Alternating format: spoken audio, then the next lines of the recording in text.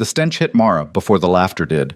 Sweat, whiskey, tobacco, and something sour she couldn't name. The saloon in Red Hollow smelled like every bad decision compressed into one room. She stood just inside the doorway, gripping a canvas sack that held 3 jars of her mother's preserves. They were good preserves, blackberry mostly. Her mother had been dead 4 years, but the recipe still worked. She'd come to trade them. That was all. But the room had already noticed her. "Well, look what rolled in," someone said from the back corner. Male voice, lazy, cruel in the way only bored men could be. Mara's jaw tightened. She kept her eyes forward, searching for Mr. Calloway, the man who ran the general store next door. He sometimes came in here for a drink after closing. If she could just find him, make the trade, and leave. Didn't know they let livestock in here now. Laughter rippled through the crowd like a contagion. Not everyone, but enough. She felt the heat crawl up her neck. Her hands tightened around the sack until the jars clinked together. She should leave. She knew that.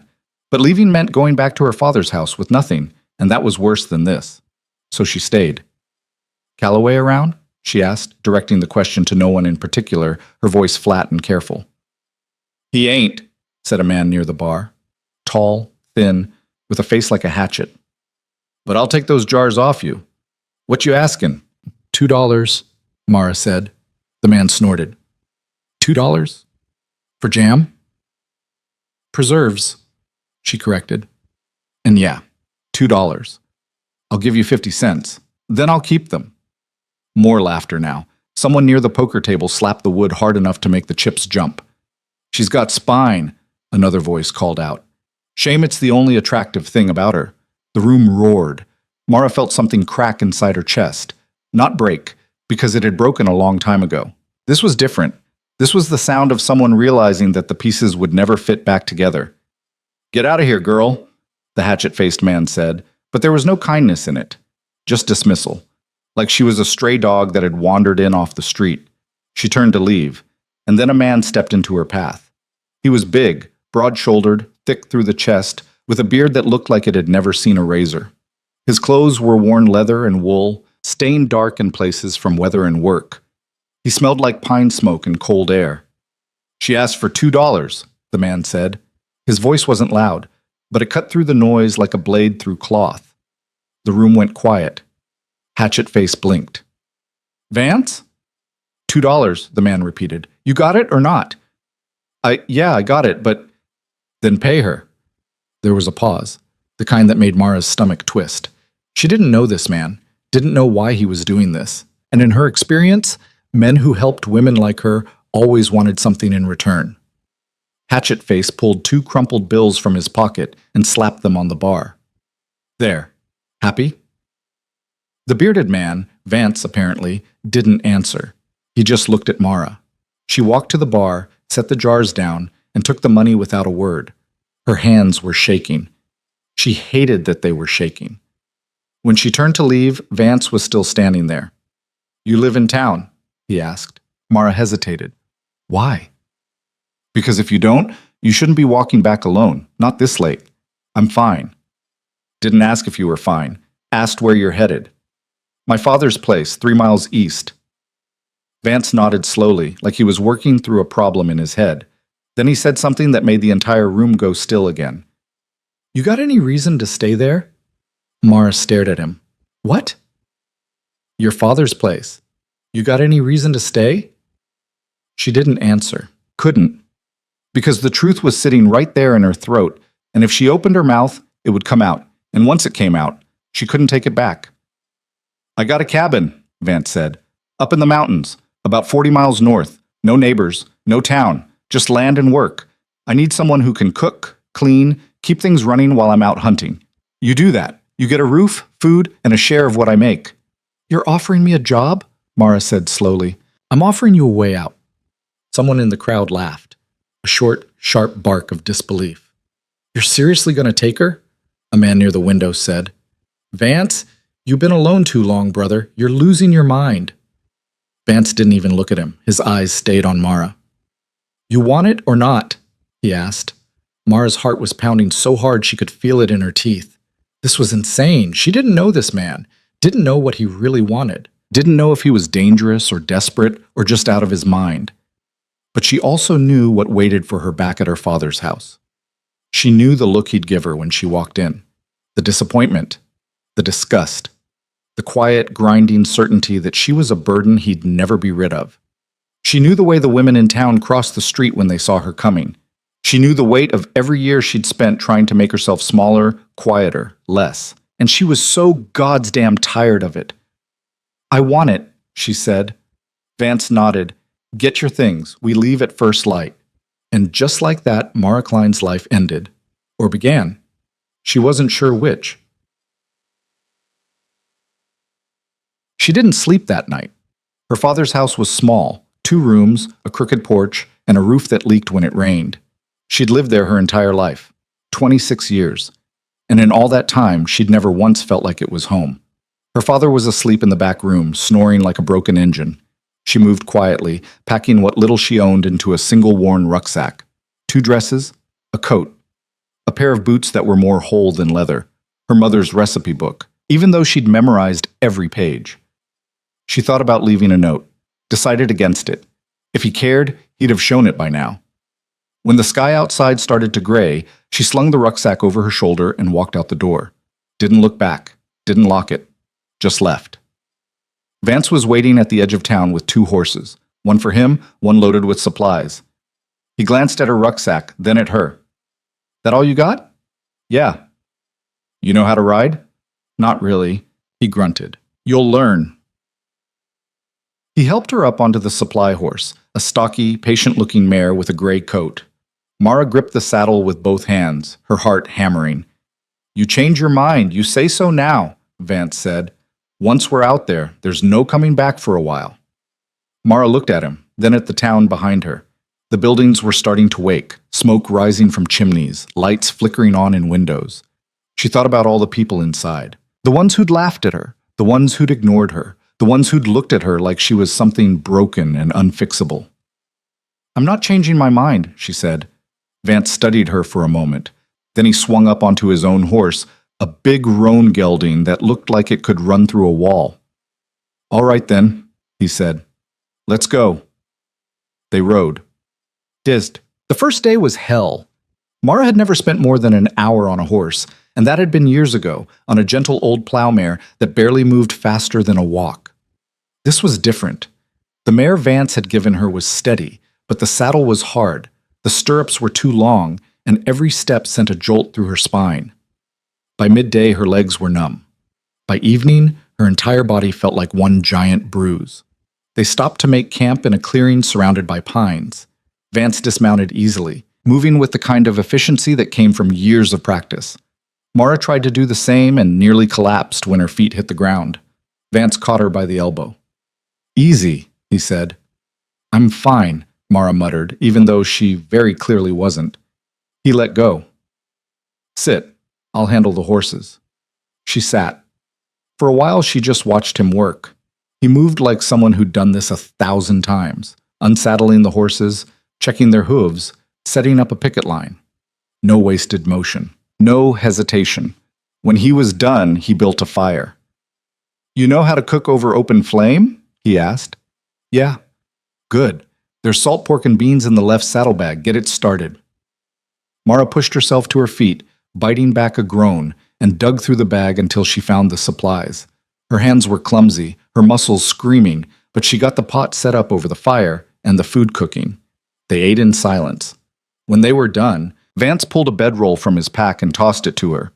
"You take first watch," he said. Mara blinked. "Watch for what?" "Anything. Animals. People. You see something, you wake me." "How will I know if something's—" "You'll know."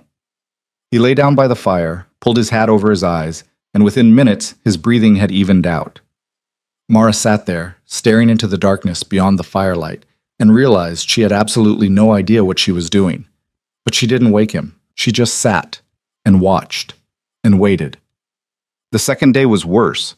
Her body had stiffened overnight, and every movement felt like dragging herself through mud. Vance didn't slow down, didn't offer sympathy, just saddled the horses and kept moving. They rode higher into the mountains, following trails that barely existed. The air got colder, the trees got thicker, the silence got heavier. Mara's mind started to wander. She thought about her father, wondered if he'd noticed she was gone yet, wondered if he cared. Probably not. She thought about the people in Red Hollow, wondered what they'd say when they realized she'd left with Vance. Probably nothing kind. She thought about Vance himself, tried to figure him out. He didn't talk much, didn't smile, didn't seem particularly interested in her beyond the practical. Could she cook? Could she ride? Could she keep up?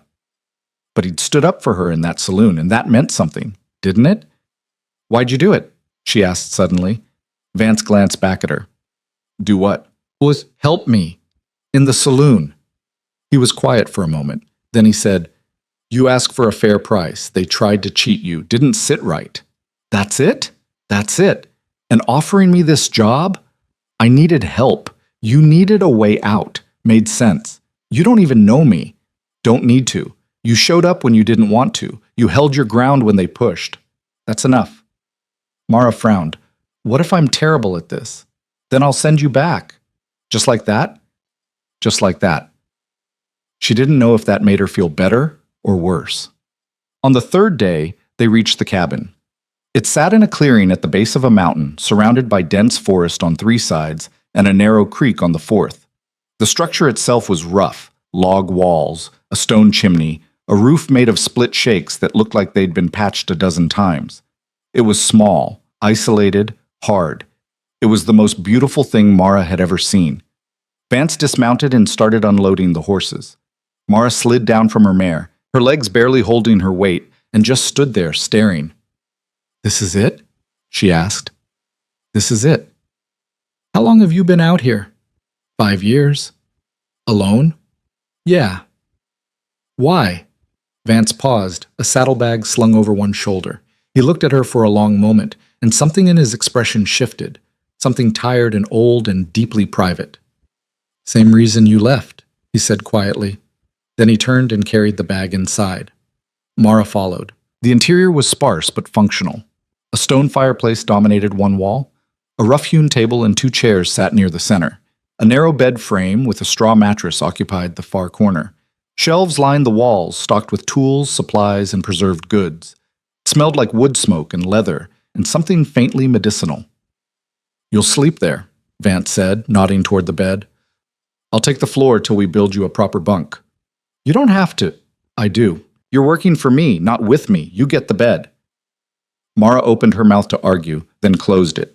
She was too tired to fight. All right, she said. Vance set the saddlebag down and turned to face her fully. Here's how this works, he said. I'll be gone most days. Hunting, trapping, checking lines, sometimes overnight. You keep the cabin running, keep the fire going, keep things clean, cook what I bring back, preserve what we can, fix what breaks. Can you do that? I can. Good. You do that, we'll get along fine. You don't, we won't. Simple as that. Mara nodded. One more thing, Vance said. His voice was quieter now. Careful. You got questions? You ask. You got problems? You say so. You don't like something? You speak up. I ain't a mind reader, and I ain't interested in games. We clear? Clear. All right then. He grabbed his rifle from where he'd leaned it against the wall and headed for the door. Where are you going? Mara asked. Hunting. Be back before dark. And then he was gone. Mara stood in the middle of the cabin, alone for the first time in days, and let out a long, shaky breath. She had no idea what she'd just gotten herself into, but there was no going back now. The first week was a test, not an intentional one, Mara didn't think. Vance wasn't cruel. He didn't set her up to fail. But the wilderness didn't care about intentions. It only cared about results. And Mara had a lot to learn. She learned that starting a fire in a stone hearth was different from starting one in an iron stove. She learned that water from the creek needed to be boiled, always. She learned that deer meat had to be butchered a certain way, or it would spoil. She learned that the wind could shift in an instant and turn a clear sky into a blizzard. She learned that her hands could crack and bleed and still keep working. She learned that hunger was a constant companion, gnawing at the edges of every task. She learned that loneliness could be louder than any crowd, but she also learned that she was stronger than she thought. Vance came and went like a ghost. Some days he was there in the morning, gone by midday. Other days he'd disappear for 2 or 3 days straight, then return with a deer slung over his horse and blood on his hands. He didn't talk much, didn't ask her how she was doing, didn't offer praise or criticism. He just watched. And Mara got the sense that she was being measured, weighed, judged. She hated it, but she understood it. One evening, after she'd burned a pot of stew so badly that the bottom was crusted black, she sat outside on the porch step and put her face in her hands. She was so tired, tired of trying, tired of failing, tired of feeling like she was one mistake away from being sent back. The door opened behind her. Vance stepped out, looked at her, then at the sky. "You crying?" he asked. "No."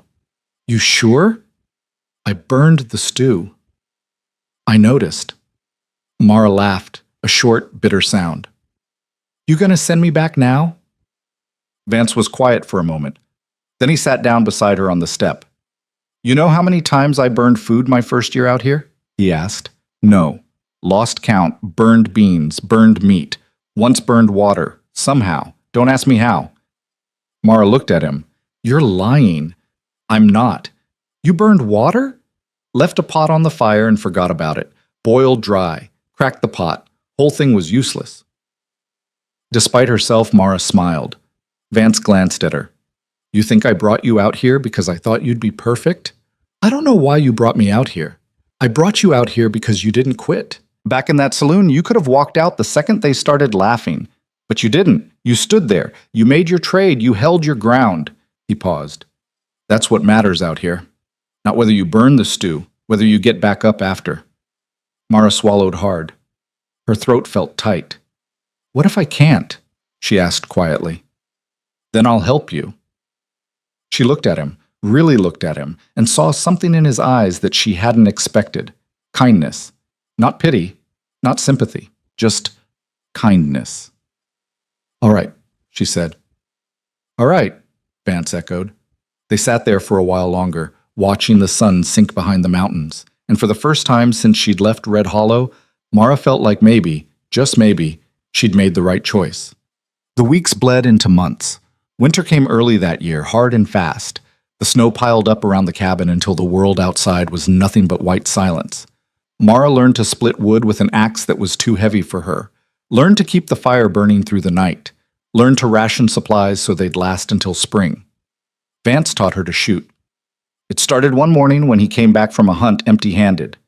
"Game's getting scarce," he said, shaking snow from his coat. "Means we need to make every shot count. You ever fire a rifle?" "No." "Time to learn." He took her out into the clearing, set up a row of old tin cans on a fallen log, and handed her the rifle. "Hold it like this," he said, adjusting her grip. "Stock against your shoulder, firm, but not tight. You're not wrestling it, you're guiding it."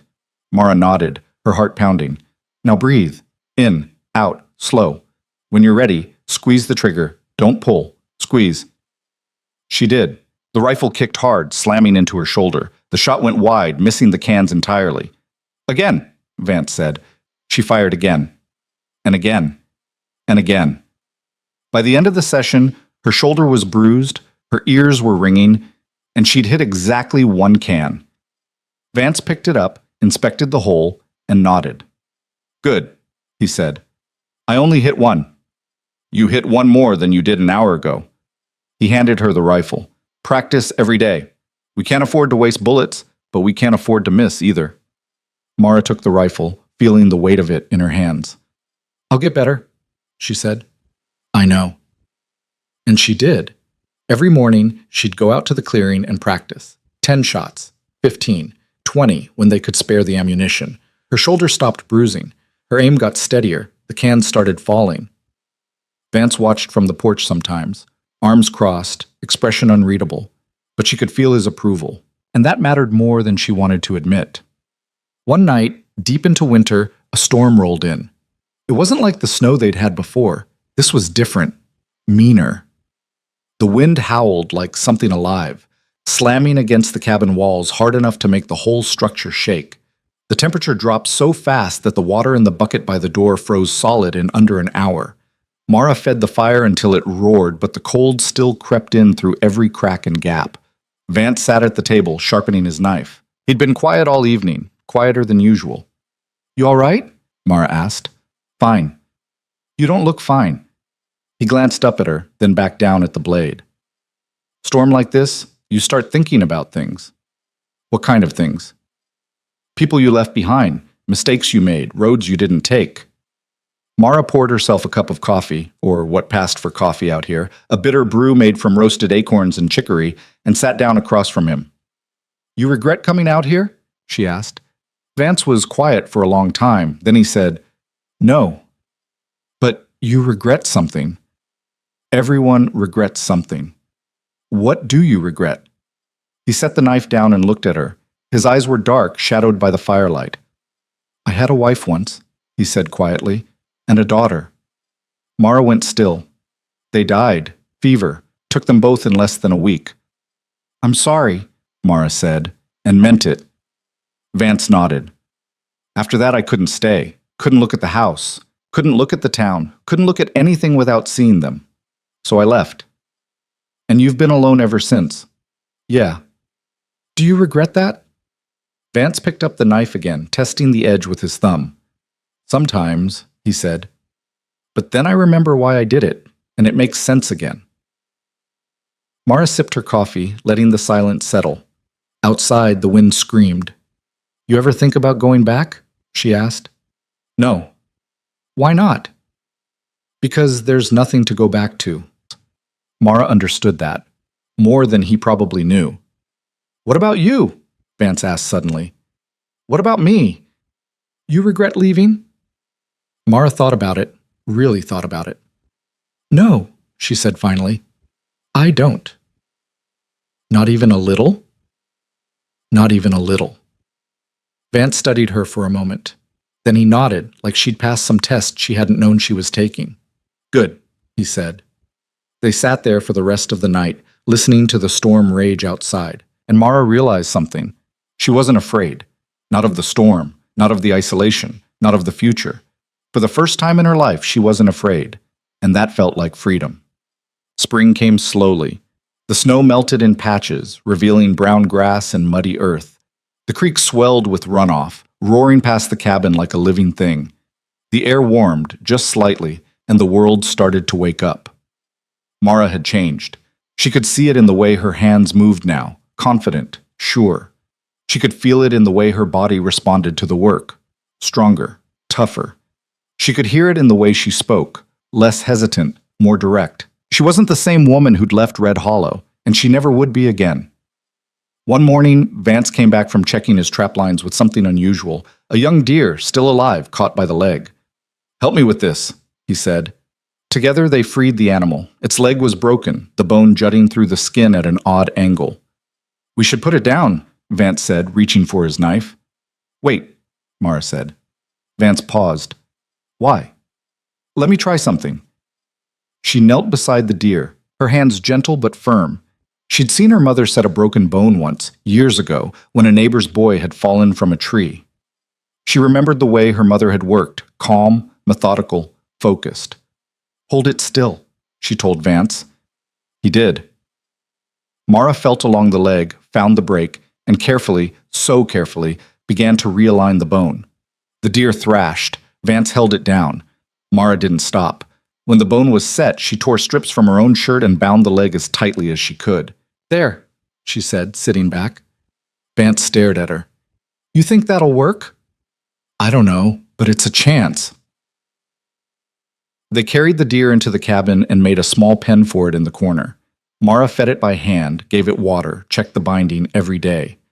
A week later, the deer was standing. 2 weeks later, it was walking. Vance watched it hobble across the pen, then looked at Mara. You got a gift? He said. I just remembered something my mother taught me. But? No. You got a gift. Mara didn't know what to say to that, so she just nodded and kept working. By the time summer arrived, the cabin had become something more than a shelter. It had become a home. Mara had built a small garden behind the cabin, planting seeds she'd saved from the supplies Vance brought back from town. She'd repaired the roof, patched the walls, and even built a second bunk so Vance could stop sleeping on the floor. They worked together now, not just side by side, but as a team. When Vance brought back game, Mara butchered it. When Mara needed firewood, Vance split it. When either of them was sick or hurt or exhausted, the other picked up the slack. It wasn't perfect. They still fought sometimes, stupid fights mostly, about how to store the grain, about whether the chimney needed cleaning, about who left the door open and let the mice in, but they always worked it out. Because they had to, and because somewhere along the way they'd started to care. Not in a romantic way, nothing like that, but in the way two people care when they've survived something together, when they've built something together, when they've chosen each other again and again, even when it would have been easier to walk away. One evening, as they sat on the porch watching the sunset, Vance said, "You know you can leave, right?" Mara looked at him. "What?" "If you want to go back to town, to whatever, you can. I won't stop you." "I know." "So why are you still here?" Mara thought about it. Then she said, "Because I'm not done yet." "Done with what?" "Figuring out who I am." Vance smiled, a rare, genuine smile. "Fair enough," he said. They sat there until the stars came out, and Mara realized something. She was happy. Not in a loud, obvious way, but in the quiet, steady way that mattered, and that was enough. The deer died on a Tuesday. Mara found it in the morning, lying still in the pen she'd built, its eyes glassy and empty. The leg had healed. She could see that clearly. The bone had set straight. The binding had done its work. But something else had given out. Maybe its heart. Maybe just the will to keep going. She stood there for a long time, staring down at the small body, feeling something hard and heavy settle in her chest. Vance found her like that an hour later. "It happened overnight?" he asked quietly. "I think so." "You did everything right." "Wasn't enough." Vance was silent for a moment. Then he said, "Sometimes it's not." They buried it behind the cabin, near the garden. Mara didn't cry. She'd learned not to waste water on things she couldn't change. But her hands shook as she packed the dirt down, and Vance pretended not to notice. That night, she couldn't sleep. She lay in her bunk, staring at the ceiling beams, replaying everything she'd done. The way she'd set the bone, the angle of the splint, the tightness of the binding, trying to find the mistake. "You'll drive yourself mad doing that," Vance said from across the room. Mara turned her head. She'd thought he was asleep. "Doing what?" "Picking it apart, looking for what you did wrong. Maybe I need to, so I don't make the same mistake next time." "There won't be a next time, not with that deer. You know what I mean." Vance sat up, his silhouette dark against the dying firelight. "You can't save everything, Mara. Doesn't matter how good you get. Some things are just going to die." "That's a hell of a thing to say." It's the truth." Mara rolled onto her side, facing the wall. "Then what's the point?" "The point," Vance said slowly, "is that you try anyway." She didn't answer, but she listened to the silence that followed, and somewhere in it she found something that felt almost like peace. Summer deepened. The days grew long and hot, the kind of heat that made the air shimmer and the work twice as hard. Mara spent her mornings in the garden, coaxing life from the stubborn mountain soil. The vegetables grew slowly, stunted carrots, tough beans, squash that never got quite as big as they should. But they grew. Vance brought back a buffalo calf one afternoon, slung across his saddle, its mother nowhere in sight. "Found it stuck in a ravine," he said, lowering the trembling animal to the ground. "Mother must have fallen. Didn't see a body, but she's gone." The calf was maybe 3 months old, all legs and wide, terrified eyes. It tried to run the second its hooves touched dirt, but its back leg buckled. Mara knelt beside it. "Let me see." Vance held the calf while she examined the leg. Not broken this time, just badly sprained. She could work with that. "We keeping it?" she asked. "You want to?" "I asked you first." Vance looked at the calf, then at her. "You nursed that deer for 2 weeks just to watch it die. You really want to go through that again?" "Yes." He shook his head, but there was something in his expression that wasn't quite disapproval. "All right, but you're the one feeding it." The calf, Mara named her Dust for the color of her coat, became her project. Every morning and evening she'd coax the animal to drink milk mixed with water, then later mashed grass and grain. She wrapped the leg, changed the binding, massaged the muscle. Talked to her while she worked, the way her mother used to talk to the animals back when Mara was small. "You think I'm crazy, don't you?" Mara said one evening, glancing up at Vance. He was leaning against the fence, watching her work. Little bit. Fair enough. But you're good at it, he added. Better than I ever was. Mara paused, her hand still on the calf's leg. You really think so? I don't say things I don't mean. She looked up at him, trying to read his face. Vance wasn't a man who gave compliments easily. When he did, they carried weight. Thanks, she said quietly. He nodded and pushed off the fence. Stew's probably ready. You coming? In a minute. She stayed with Dust until the light faded, and when she finally went inside, the stew was cold. But Vance had left her portion on the table, covered with a cloth to keep the flies off. It was a small thing, but it mattered. The weeks passed. Dust's leg healed. The calf grew stronger, more confident, and eventually started following Mara around like a loyal dog. Vance pretended to be annoyed, but Mara caught him sneaking the animal extra grain more than once. You're getting soft, she teased one morning. Shut up. You are. Big tough mountain man, hand-feeding a baby buffalo. It's not hand-feeding, it's efficient resource management. Mara laughed. A real laugh, the kind that came from somewhere deep and unguarded.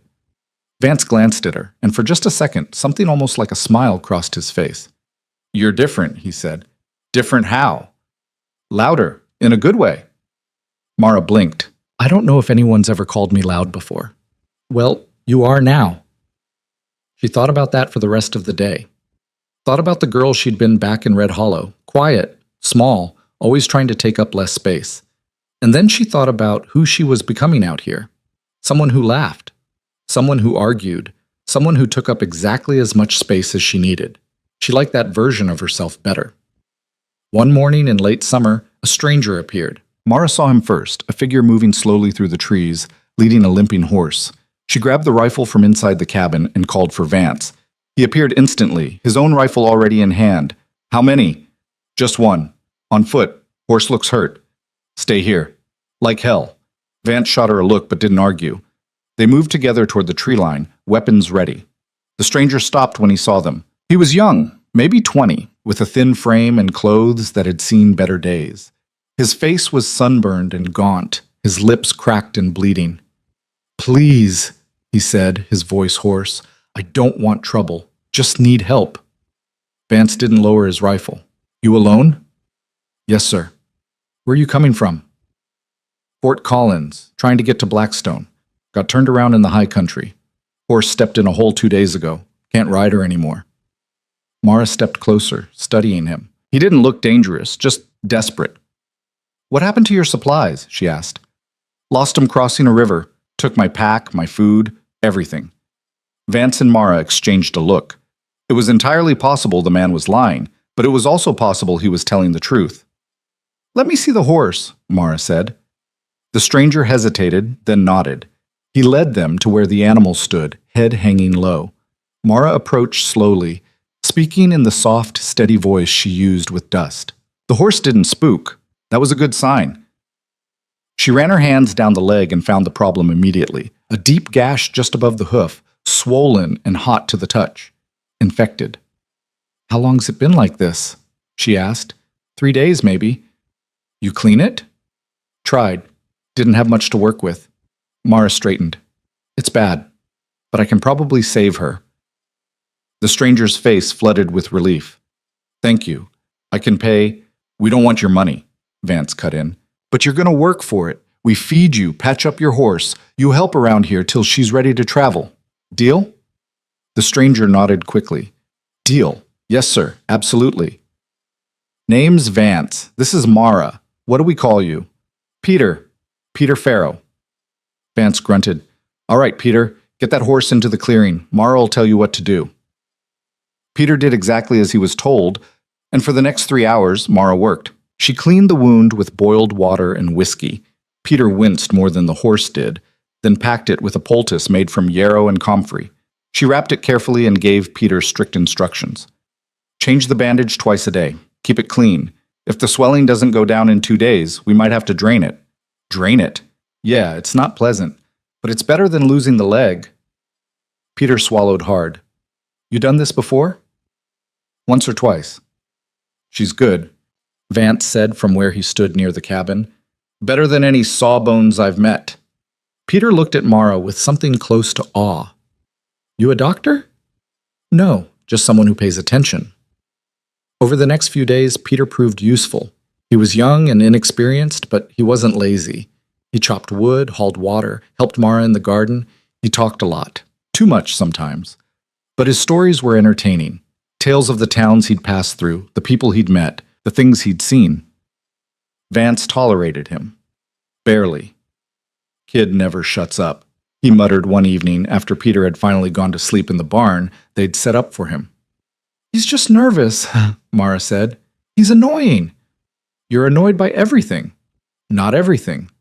Name one thing you're not annoyed by. Vance thought for a moment. You. Mara froze, a plate halfway to the wash basin. What? You heard me. She set the plate down carefully. I annoy you all the time. I burn food, I leave tools out, I talk back. Yeah, but you're useful, so it balances out. Mara didn't know whether to laugh or throw something at him. She settled for shaking her head. You're impossible. So I've been told. Peter's horse recovered faster than expected. Within a week, the swelling was gone. Within 2, the wound had closed cleanly. Mara checked it one final time and nodded. She's good to go. Peter looked almost disappointed. Already? You got somewhere to be, don't you? Yeah, but... He glanced around the clearing, at the cabin, at dust grazing near the creek. This place is something. I ain't ever seen people live like this before. Like what? Vance asked. Like, free. Like you don't owe nobody nothing. Vance's expression didn't change, but Mara saw something flicker in his eyes. We owe the land. That's enough. Peter nodded slowly. Yeah, I guess it is. He left the next morning, his saddlebags restocked with food Mara had packed for him. Before he mounted up, he turned to her. Thank you, he said. For the horse. For everything. You're welcome. If you ever need anything, if you're ever in Blackstone, ask for me. I'll help however I can. We'll keep that in mind. Peter tipped his hat to Vance, swung into the saddle, and rode off through the trees. Mara and Vance stood in the clearing, watching until he disappeared.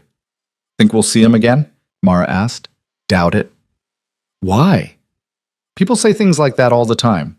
Doesn't mean they follow through. You're a real optimist, you know that? I'm a realist. Mara smiled despite herself. Same thing. They went back to work, but something had shifted. Peter's visit had reminded them both that the world outside still existed, that other people were still out there, struggling and surviving and trying to find their way. It made their isolation feel both heavier and more precious. Fall came early that year, rolling down from the high peaks in waves of gold and red. The air turned crisp, the nights grew longer, and the animals started preparing for winter. Mara worked harder than ever, preserving everything she could. She dried meat, pickled vegetables, stored grain in sealed barrels. Vance brought back 2 elk, and together they processed every ounce of it, nothing wasted, nothing lost. One evening, as they sat by the fire, Vance said, You ever think about what happens if we can't make it through a winter? Mara looked up from the shirt she was mending. What do you mean? We've been lucky so far, but one bad season, one year where the game doesn't come, or the crops fail, or we get snowed in too long, and we're done. So what are you saying? We should leave? No, I'm saying we should have a plan. We have a plan. We work. We prepare. We survive. That's not a plan. That's hope. Mara set the shirt aside. What's your plan, then? Vance was quiet for a moment. Then he said, We need a backup. Another cabin. Somewhere we can go if this one becomes unlivable. Somewhere with different resources, different game. You want to build another cabin? Not build, find. There's old trapper shelters all through these mountains. Most of them are falling apart, but some are still solid. We find one, fix it up, stock it. That way, if something happens here, we've got options. Mara considered it. It made sense, but it also meant more work, more risk. All right, she said, let's do it. They spent the next 2 weeks scouting. Vance knew the mountains better than anyone, and he led Mara through trails she'd never seen, narrow paths that wound between cliffs, over ridges, through forests so dense the sun barely touched the ground. They found 3 cabins. The first had collapsed entirely. just a pile of rotted logs and broken beams. The second was intact but built in a low spot that would flood the second the snow melted. The third was perfect. It sat on a shelf of rock overlooking a valley, sheltered by an overhang that kept the worst of the weather off. The walls were solid, the roof was intact, and there was a natural spring less than 50 yards away. "This is it," Vance said. Mara walked through the small structure, testing the floor, checking the chimney. "It'll need work. Everything needs work." "Fair point." They spent the next month making trips back and forth, hauling supplies, making repairs. Mara rechinked the walls, replaced the broken door, cleared out the debris.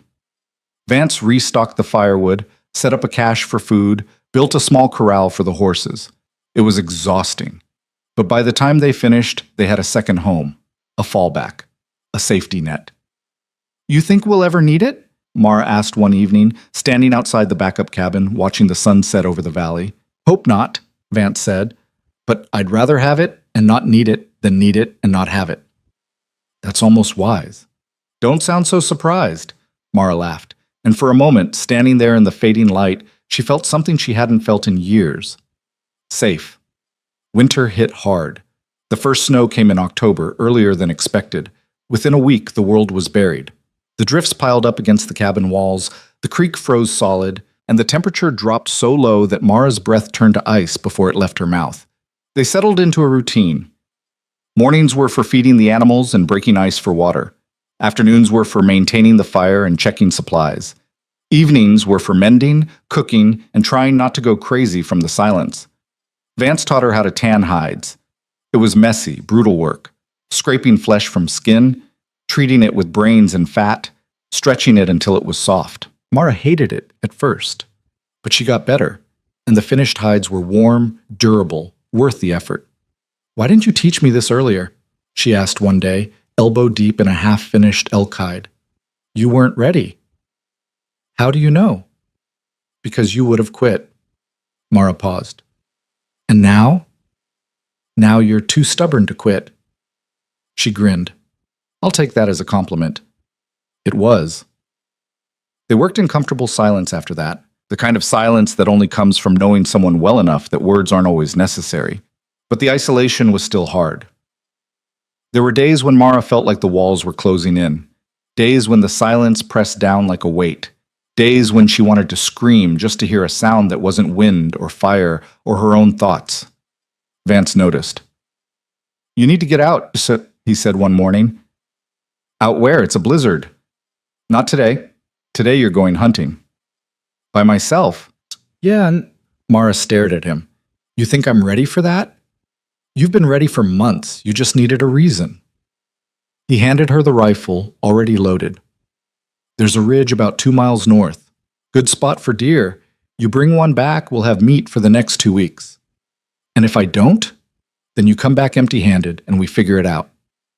Mara took the rifle. Her heart was pounding, but not from fear, from something else, something that felt almost like excitement. "All right," she said. "I'll go."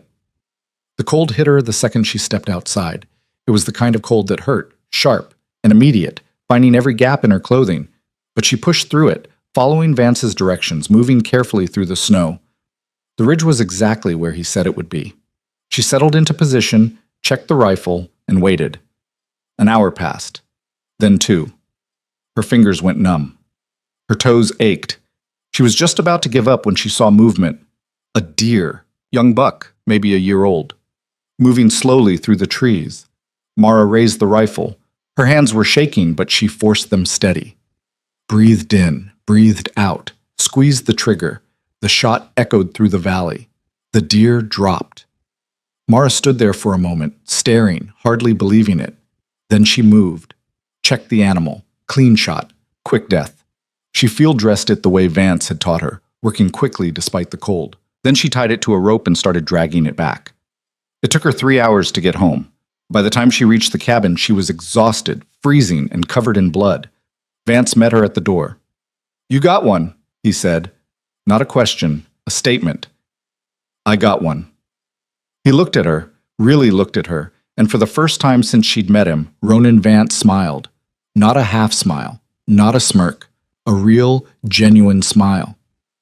"Damn good work, Mara." She smiled back, and in that moment, she felt 10 feet tall. They processed the deer together, working late into the night. When they were finally done, Mara collapsed into her bunk, every muscle screaming. But she'd done it, alone, without help. She'd proven something to herself, and that mattered more than anything else. The rest of winter passed in a blur of work and survival. There were hard days, days when the food ran low and they had to ration carefully. Days when the cold was so intense that even the fire couldn't keep it out. Days when sickness crept in. Vance caught a fever in January that left him bedridden for a week, and Mara had to do everything herself. But they made it. When spring finally arrived, melting the snow and breathing life back into the world, Mara stepped outside and felt the sun on her face. She'd survived her first full year in the mountains, and she'd done more than survive. She'd become someone new, someone stronger, someone capable, someone who didn't need anyone's permission to exist. Vance found her standing in the clearing, face turned toward the sky. "You all right?" he asked. "Yeah," she said. "I'm all right." And she meant it. The second spring brought visitors, not one or two like before, but a steady trickle that turned into something Mara hadn't expected. People who needed help and somehow knew where to find it. She didn't understand how word had spread. The mountains were vast, the distances impossible, yet they came anyway. The first was a trapper named Gideon who showed up with a hand mangled by his own trap. The bones were crushed, 2 fingers barely attached. He was delirious with fever when Vance found him collapsed near the creek. "Can you fix this?" Vance asked, laying the man on the table. Mara looked at the hand and felt her stomach turn. This wasn't a sprained leg or a simple wound. This was bad. Worse than anything she'd dealt with. "I don't know," she said honestly. "That ain't an answer I can use right now. It's the only one I've got." Vance's jaw tightened. "Then figure it out." He left to tend the horses, and Mara stood there, staring at the ruined hand, trying not to panic. She'd watched her mother work. She'd read the few medical books Vance had traded for last fall. She'd saved animals. But this was a man, and if she got it wrong, he'd die. Her hands were shaking when she started. She cleaned the wound with boiled water and whiskey. Gideon screamed until he passed out, which was probably for the best. 2 of the fingers were beyond saving. She cut them off as cleanly as she could, trying not to think about what she was doing. The remaining fingers she set as best she could, binding them with splints made from willow bark. The fever was worse than the injury. For 3 days, Gideon burned. Mara stayed up with him, changing the bandages, forcing water down his throat, praying to nothing in particular that he'd live. On the 4th day, the fever broke. On the 5th, he sat up and asked for food. Mara fed him broth, her hands still trembling from exhaustion. "You saved my life," Gideon said, his voice hoarse. "I cut off your fingers. Better than being dead." When he left 2 weeks later, the hand was healing clean. He pressed a small leather pouch into Mara's palm before he mounted his horse. "What's this?" she asked. "Everything I got. It ain't much, but it's yours." Mara tried to give it back. "We don't need—" "I know you don't, but I'm giving it anyway." He looked at her seriously. "People need to know about you, about what you can do. I'm not a doctor." "Maybe not, but you're something." He rode off, and Mara stood there holding the pouch. Inside were 3 silver coins and a folded piece of paper with an address in a town she'd never heard of. Vance appeared beside her. "You gonna tell people to stop coming?" "Can I?" "Probably not." "Then I guess I better get better at this." She did, not because she wanted to, but because she had to. A week after Gideon left, a woman arrived leading a mule with a child strapped to its back.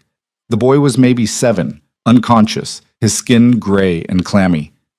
"Snake bite," the woman said, her voice breaking.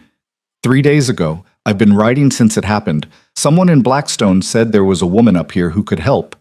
Mara looked at the child and felt ice flood her veins. Snakebite. 3 days old. The venom would be deep in his system by now. "Bring him inside, Joel," she said. The woman carried the boy in and laid him on Mara's bunk. Mara examined the bite, 2 puncture wounds on his calf, the surrounding flesh black and swollen. "What kind of snake, Mum?" Mara asked. "Rattler, big one."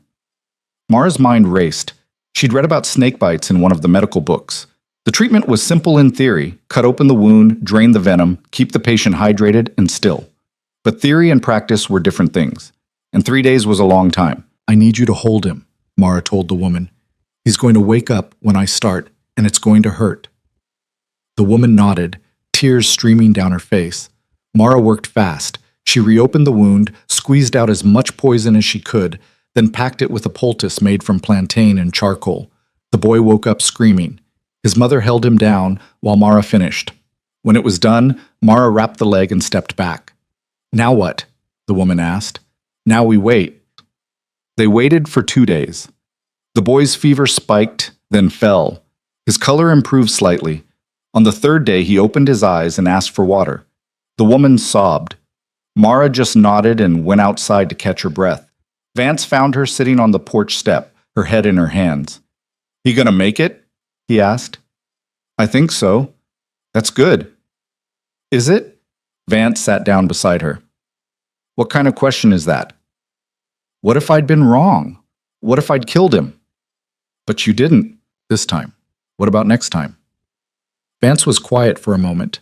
Then he said, "You know what the difference is between you and most people?" "What?" "Most people don't even try. They see something hard, something that scares them, and they walk away. You don't. You step up, even when you're terrified, even when you don't know if you can do it. That's rare, Mara." She looked at him. "You really believe that?" "I don't say things I don't believe." Mara nodded slowly. The tightness in her chest eased just slightly. "Thanks," she said. "Don't thank me. Just keep doing what you're doing." The woman and her son left 3 days later. The boy was weak but walking. Before they left, the woman took Mara's hands in hers. "I'll tell everyone," she said, "everyone I meet, about what you did." "You don't have to." "Yes, I do. People need to know there's someone out here who cares." And she did tell them, because after that, the visitors didn't stop. They came in ones and twos at first, then in groups. Hunters with infections, trappers with broken bones, families with sick children. They came from towns Mara had never heard of, traveling for days just to reach the cabin in the mountains. Vance built an addition onto the cabin, a small room with 2 beds where people could rest while they healed. Mara turned it into something like a clinic, stocking it with bandages, herbs, tools. She learned as she went. Some patients she could help, others she couldn't. A man with an infected tooth that had spread to his jaw, she pulled the tooth, drained the abscess, and he lived. A woman with a fever she couldn't identify. Mara tried everything, but the woman died anyway, and Mara didn't sleep for a week after.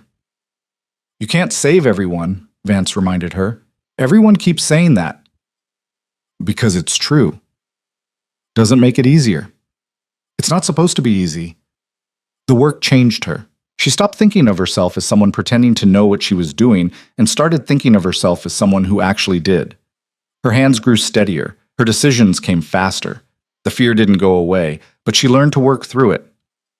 One evening in late summer, after she'd spent 12 hours trying to save a man who'd been mauled by a bear, he lived, barely, Vance poured her a cup of whiskey and sat down across from her. "You need to take a break," he said. "I can't. There's too much. You're going to burn out, and then you won't be able to help anyone." Mara stared into her cup. "What if someone shows up and I'm not here? Then I'll handle it." "You're not?" "I know, but I'll do what I can, and if I can't, they'll wait, or they won't. But you killing yourself won't change that." She knew he was right, but that didn't make it easier to accept. "One day," she said finally. "I'll take one day." "Good. Tomorrow. I'm taking you somewhere." "Where?" "You'll see." The next morning, Vance saddled both horses and led Mara up into the high country. They rode for hours, climbing higher and higher until the trees thinned and the air turned sharp and cold. Finally, they reached a ridge that looked out over the entire valley. The view was staggering, mountains stretching in every direction, forests rolling like green waves, the sky impossibly vast and blue. Mara dismounted and walked to the edge. The wind whipped her hair around her face. She felt small, insignificant, free. "I come up here sometimes," Vance said, standing beside her, "when I need to remember why I left." "Why did you leave?" "Because down there," he gestured toward the distant towns, invisible from this height, "people want to put you in a box, tell you who you are, what you're worth. Up here, none of that matters. You are what you make yourself." Mara looked at him. "Is that what I am? What I made myself? Yeah. And what's that? Vance smiled slightly. Someone who matters. They stood there for a long time, not talking, just breathing in the mountain air. And for the first time in months, Mara felt something other than exhaustion. She felt proud, but pride, she learned, came with a price. The trouble started in early fall when a group of men arrived at the cabin. 5 of them, all armed, all looking like they'd been riding hard. Their leader was a tall man with a scar running down one side of his face and eyes that didn't blink often enough. "We're looking for the healer," he said. Mara stepped forward. "That's me." The man looked her up and down, his expression unreadable. "You're her? The one they talk about?" "I guess." "We got a problem. One of our men got shot. Needs fixing." "Bring him in." They carried him inside, a younger man, maybe 25, with a bullet wound in his side. It was bad. The bullet was still in there, and the wound was already starting to fester. "How long ago did this happen?" Mara asked. 2 days. "Why didn't you take him to a real doctor?" The scarred man's expression hardened. "Can you help him or not?" Mara looked at the wounded man, then at the others. Something felt wrong. These weren't trappers or hunters. They were something else. Something harder. But the man on the table was dying, and she'd never turned anyone away. "I'll do what I can," she said. She worked for hours, digging the bullet out, cleaning the wound, stitching it closed. The man screamed until he passed out. When she was finished, she was covered in blood and shaking from exhaustion. "He'll live," she said, "but he needs rest, at least a week." The scarred man nodded. "We'll stay." Vance, who'd been standing in the corner the entire time, stepped forward. "The hell you will." "Excuse me?" "You heard me. Your man's stable. You can move him. Slowly, but you can move him. So you're leaving. Now." The scarred man smiled, but there was no warmth in it. "I don't think you understand the situation. I understand it just fine. You're outlaws, probably robbed someone, probably killed someone, and now you're running. I don't care what you did, but you're not staying here." The other men reached for their guns. Vance's rifle was already in his hands, aimed at the scarred man's chest. "I can drop 3 of you before you clear leather," Vance said calmly. "Maybe all 5 if I'm lucky. Question is, which 3 want to die first?" The room went dead silent. Mara's heart was pounding so hard she could barely breathe, but she stepped beside Vance, her own rifle raised. "We helped your man," she said quietly. "Now you leave. That's the deal." The scarred man stared at them for a long moment. Then he laughed, a short, sharp sound. "All right," he said. "We'll go. But you should know something, lady. Word's spreading about you. And not all of it's good. People are starting to ask questions about where you came from, what you're doing up here. You might want to think about that."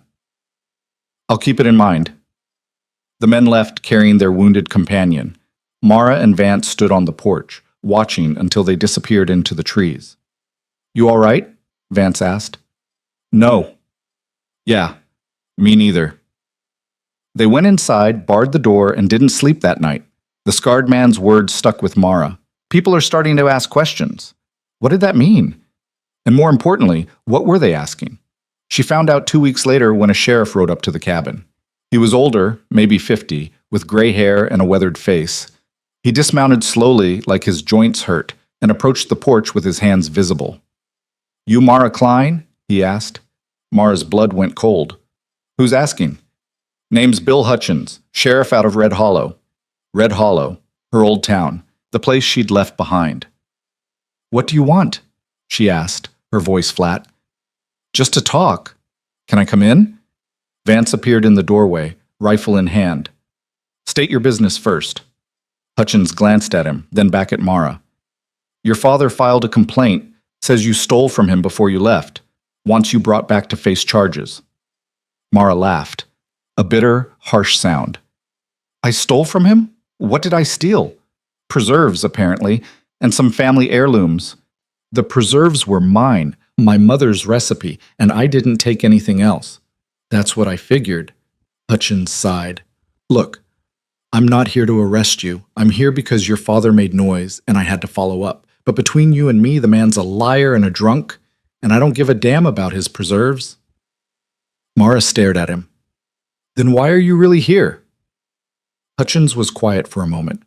Then he said, "Because I wanted to see if the stories were true." "What stories?" "About the woman in the mountains who can heal anything, who saves people no one else can save." He looked at her seriously. "Are they true?" "I'm not a miracle worker." "Didn't ask if you were. Asked if you're helping people." "I try." Hutchins nodded slowly. "That's good enough for me."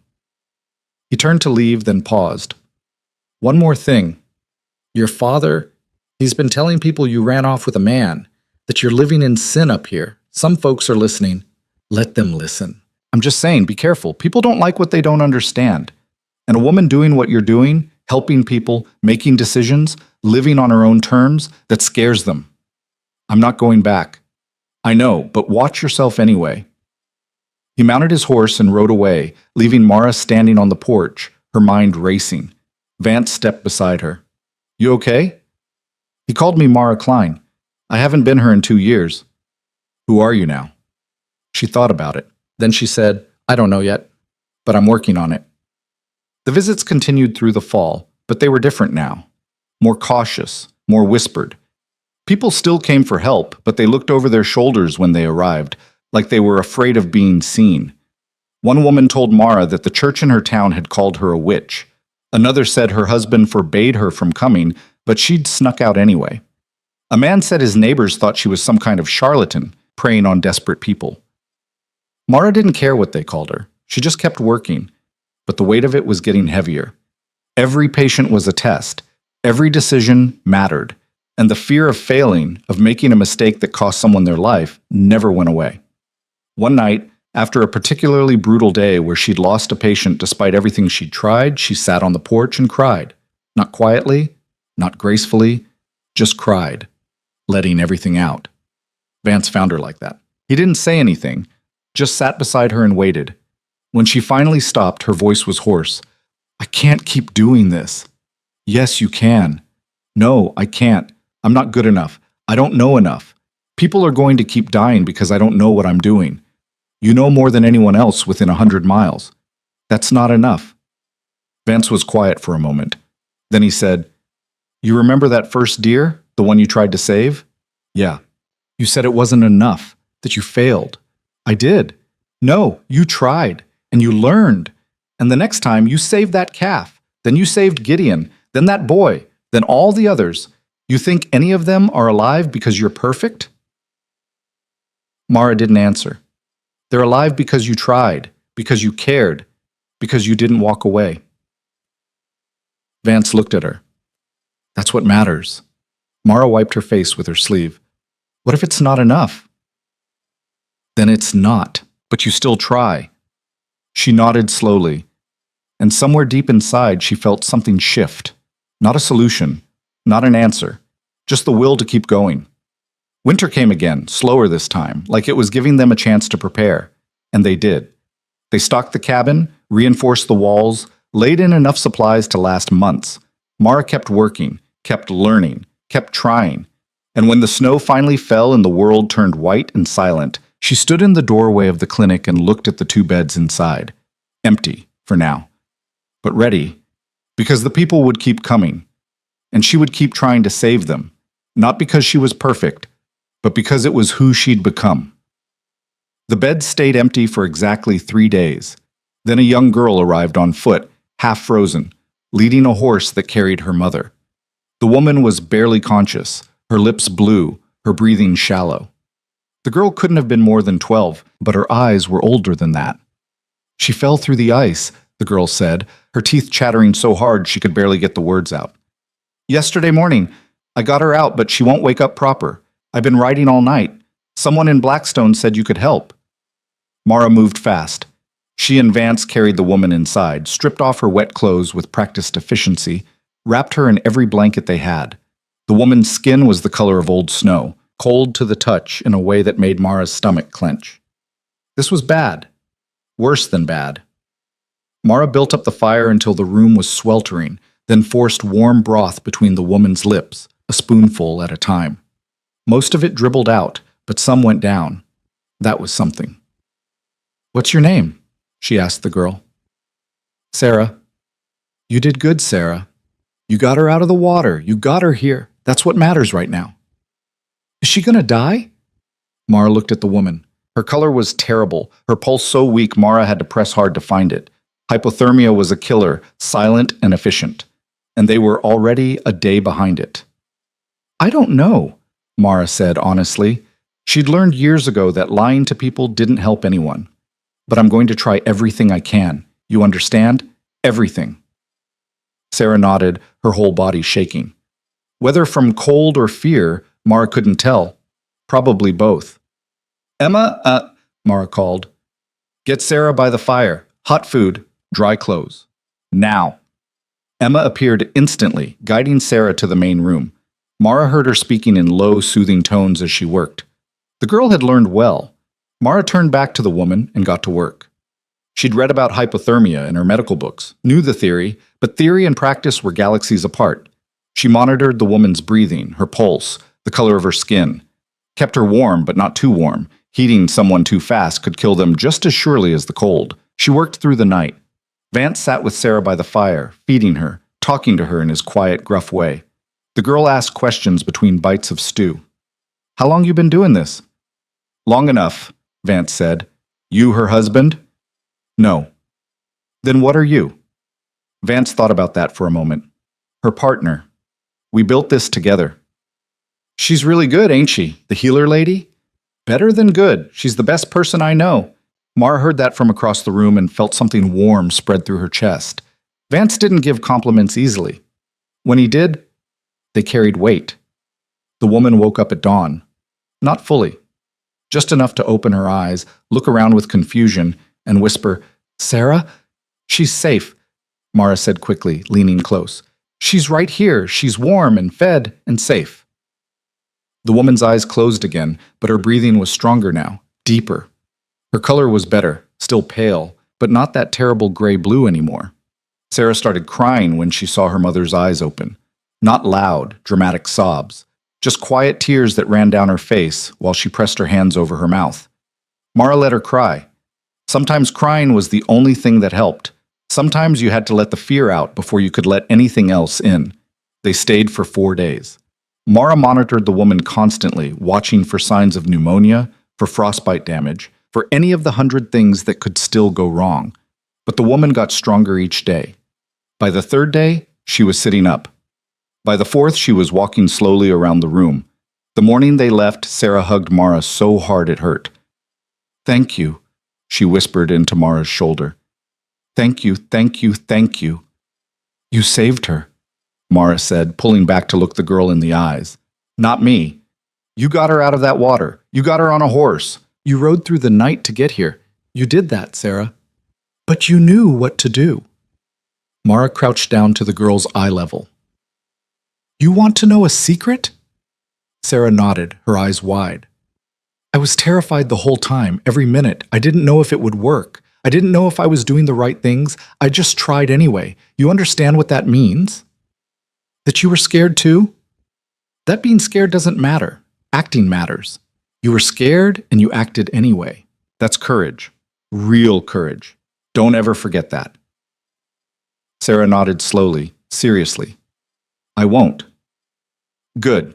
Now get your mother home and take care of yourself. You hear me? Yes, ma'am. They left, the woman walking slowly but walking, Sarah leading the horse with careful attention. Mara stood in the doorway watching them go until they disappeared into the trees. Vance came up beside her, close enough that their shoulders touched. You ever think about having kids? He asked quietly. The question caught her completely off guard. What? Kids. You're good with them. Natural. I don't know. Never really thought about it. Mara turned to look at him. Why are you asking? Vance shrugged, his expression unreadable. Just something I've been thinking about. You and me, we built something here, but we won't live forever. Be nice to know it'll keep going after we're gone. Emma's learning. She can carry it on. Maybe, but she's one person. One person can't do what needs doing here, not long term. Mara was quiet for a moment, thinking. What are you really saying, Vance? I'm saying maybe we should think bigger. Not just training 1 or 2 people, but building something that lasts. Something that grows. Like what? I don't know yet. but I'm working on it." He walked away, leaving Mara standing in the doorway, his words echoing in her head. Building something that lasts, something that grows. She'd been so focused on the immediate, on the next patient, the next emergency, the next life to save, that she hadn't thought much about the future, about what happened after she was gone. But maybe it was time to start. Spring came hard that year, with floods that washed out trails and storms that knocked down trees like they were kindling. The clinic stayed busy, busier than it had ever been. Word had spread far beyond the mountains now, carried by grateful patients and traveling merchants, and anyone who'd heard the stories. A trapper came in with frostbite so bad Mara had to amputate 3 toes. The man screamed and cursed and called her every name he could think of. But when it was done, when the wounds were clean and bandaged, he looked at her with tears in his eyes and said, "You saved my life. I took your toes. Better than losing the whole foot, better than dying." A woman arrived in labor, her baby breech. Mara had never delivered a breech baby before. She'd read about it, studied the diagrams in her medical books until she could see them with her eyes closed. But reading and doing were different universes. She worked for 6 hours, Emma at her side, both of them drenched in sweat. The woman screamed until her voice gave out. Mara's hands cramped, her back seized, but she didn't stop. When the baby finally came out, blue and silent, Mara's heart stopped. She cleared the airway, rubbed the tiny chest, breathed gentle puffs of air into impossibly small lungs. Nothing. "Come on," she whispered. "Come on, little one, breathe." And then, like a miracle, the baby coughed, gasped, started screaming. The woman sobbed. Emma laughed. Mara just sat back on her heels, trembling from exhaustion and relief. Both mother and baby lived. When they left 2 weeks later, healthy and strong, the woman tried to give Mara a gold locket. "I can't take that," Mara said. "You have to. It's all I got that's worth anything. Keep it. Give it to your daughter when she's grown. Tell her where she came from. Who helped bring her into the world?" The woman nodded, tears streaming. "I'll tell her. I'll make sure she knows." But not every story had a happy ending. A man came in with a fever that wouldn't break. Mara tried everything, cool baths, herbs, every treatment she knew. Nothing worked. The fever climbed higher and higher until the man started having seizures. He died on the 3rd day, his body simply giving up. Mara sat beside his body for an hour after, just staring, trying to figure out what she'd missed, what she could have done differently. Emma found her like that. "Mara, you need to come outside. I should have saved him. You tried everything. It wasn't enough. It never is, not every time. That's not your fault." "Then whose fault is it?" Emma knelt beside her. "Nobody's. Sometimes people just die. You taught me that. I know, but knowing it and accepting it are different things." "Yeah, they are." They sat there together for a while, 2 women who'd seen too much death, trying to make peace with what they couldn't change. But peace, Mara was learning, was a luxury, because the rumors were getting worse. People whispered that she practiced dark magic, that she made deals with demons, that no woman could do what she did without unnatural help. Some said she was a witch, others said she was possessed, a few said she was an angel. Mara ignored most of it, but ignoring something didn't make it go away. The priest arrived on a Tuesday morning, riding a healthy horse and wearing clothes that had never seen hard work. He was younger than Mara expected, maybe 30, with soft hands and clean fingernails. He carried a Bible and wore a silver cross around his neck that caught the sunlight. "I'm looking for the woman they call the healer," he said, his voice carrying a note of authority that set Mara's teeth on edge. "You found her." He looked her up and down slowly, taking in her work-roughened hands, her practical clothes, her direct gaze. His expression was somewhere between curiosity and judgment. "I'm Father Michaels. I've come from Red Hollow to speak with you about certain concerns that have been raised." Mara crossed her arms. "What kind of concerns?" "May I come inside?" She almost said no, almost told him to state his business and leave. But Vance was watching from the porch, and she knew refusing would only make things worse, give them more ammunition. "Fine, but make it quick. I've got work to do." Inside, Father Michaels looked around the cabin with careful attention. His eyes lingered on the clinic room, the shelves stocked with herbs and medicines, the medical books stacked on the table, the tools hanging on the wall. "You've built quite an operation here," he said. I help people, that's all. That's not all, though, is it? You're practicing medicine without formal training, without any oversight or accountability. Some would call that dangerous. Some would call it necessary. There's no doctor within 100 miles of here. People need help. I provide it. And where did you learn these skills? Certainly not in any legitimate medical school. I learned by reading, by watching, by trying and failing and trying again. Same way anyone learns anything. Father Michaels turned to face her fully. I've spoken with people you've treated. Some sing your praises, others express concern, fear even. All of them agree on one thing: you're accomplishing things that shouldn't be possible for someone like you. Someone like me, Mara repeated, her voice going flat and dangerous. You mean a woman? I mean someone without formal education, without proper credentials, without a piece of paper that says I'm allowed to save lives? Is that what you're getting at? Credentials exist for a reason, Miss Klein. They ensure quality. They protect people from charlatans and frauds. I've saved more lives in the past 3 years than most credentialed doctors save in a lifetime. You want to talk about protecting people? I'm the one actually doing it. Father Michael's expression hardened. I'm not here to argue the efficacy of your work. I'm here because people are asking questions. Difficult questions. About how you do what you do. About whether your methods are natural. Mara stared at him. Natural?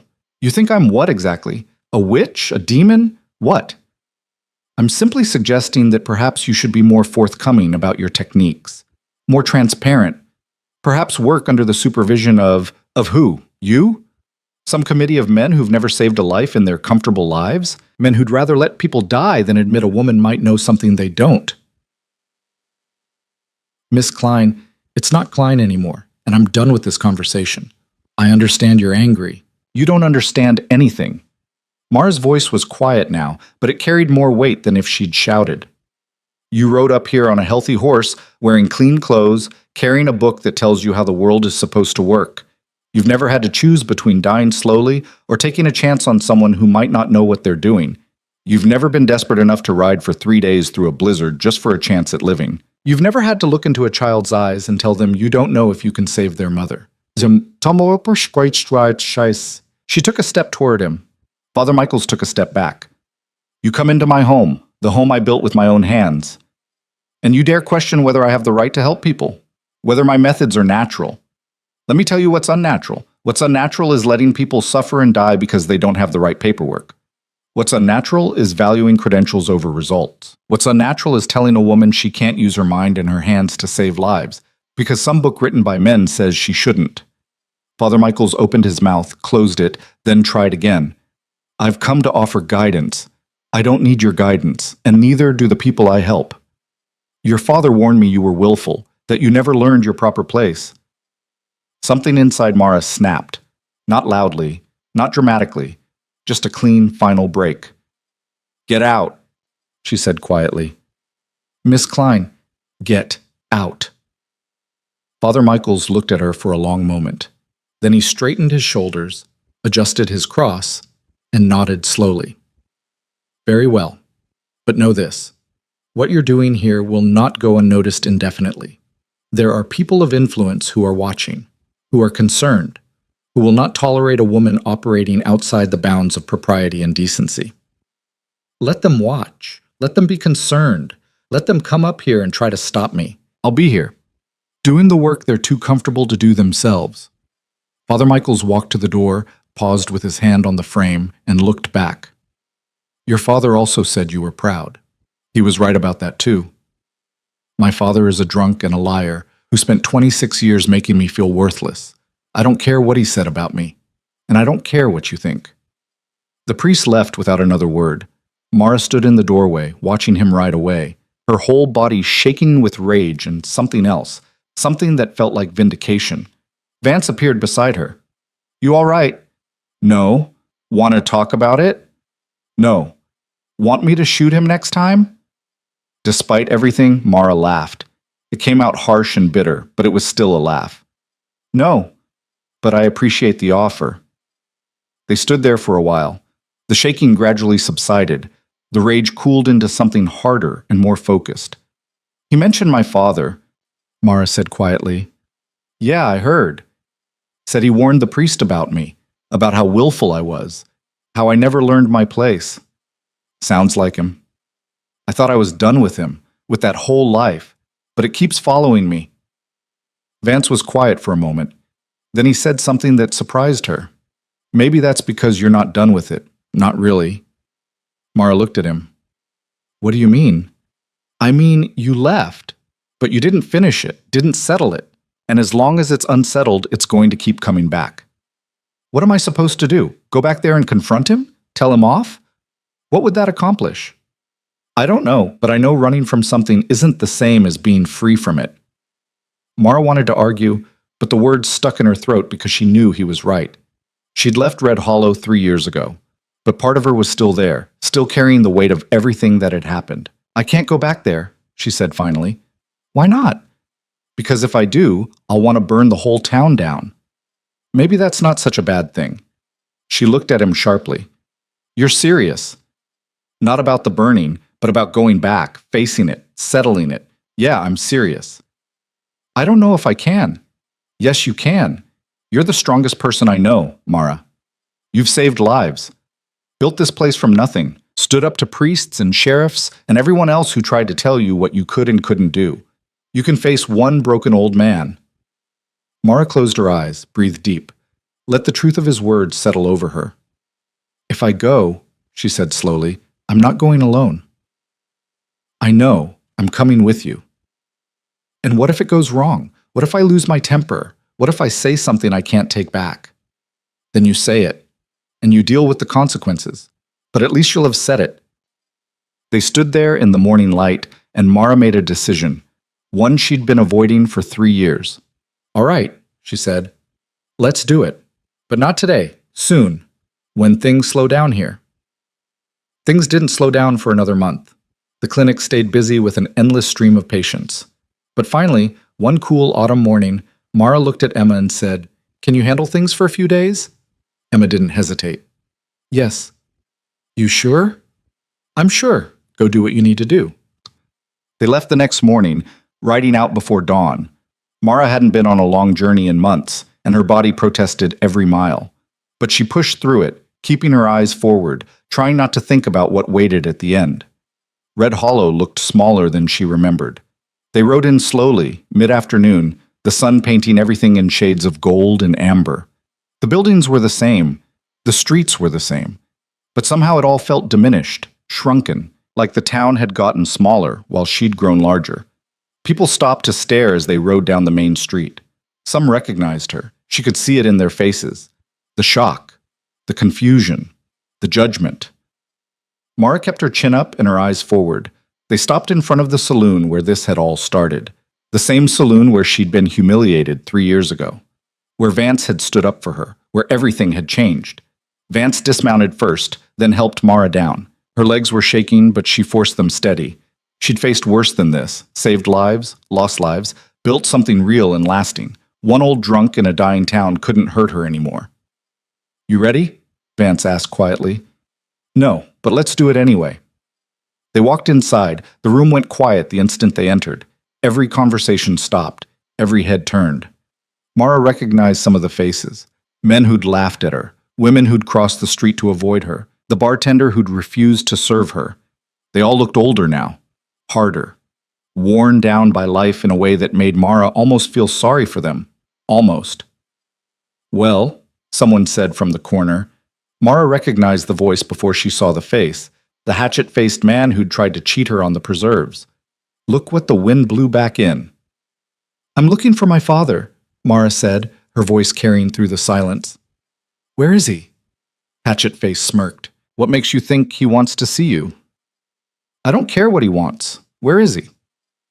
The bartender, a different man than before, younger, with kinder eyes, gestured toward the back. Usually at the boarding house this time of day, room at the end of the hall. Mara nodded and turned to leave, but someone stepped into her path.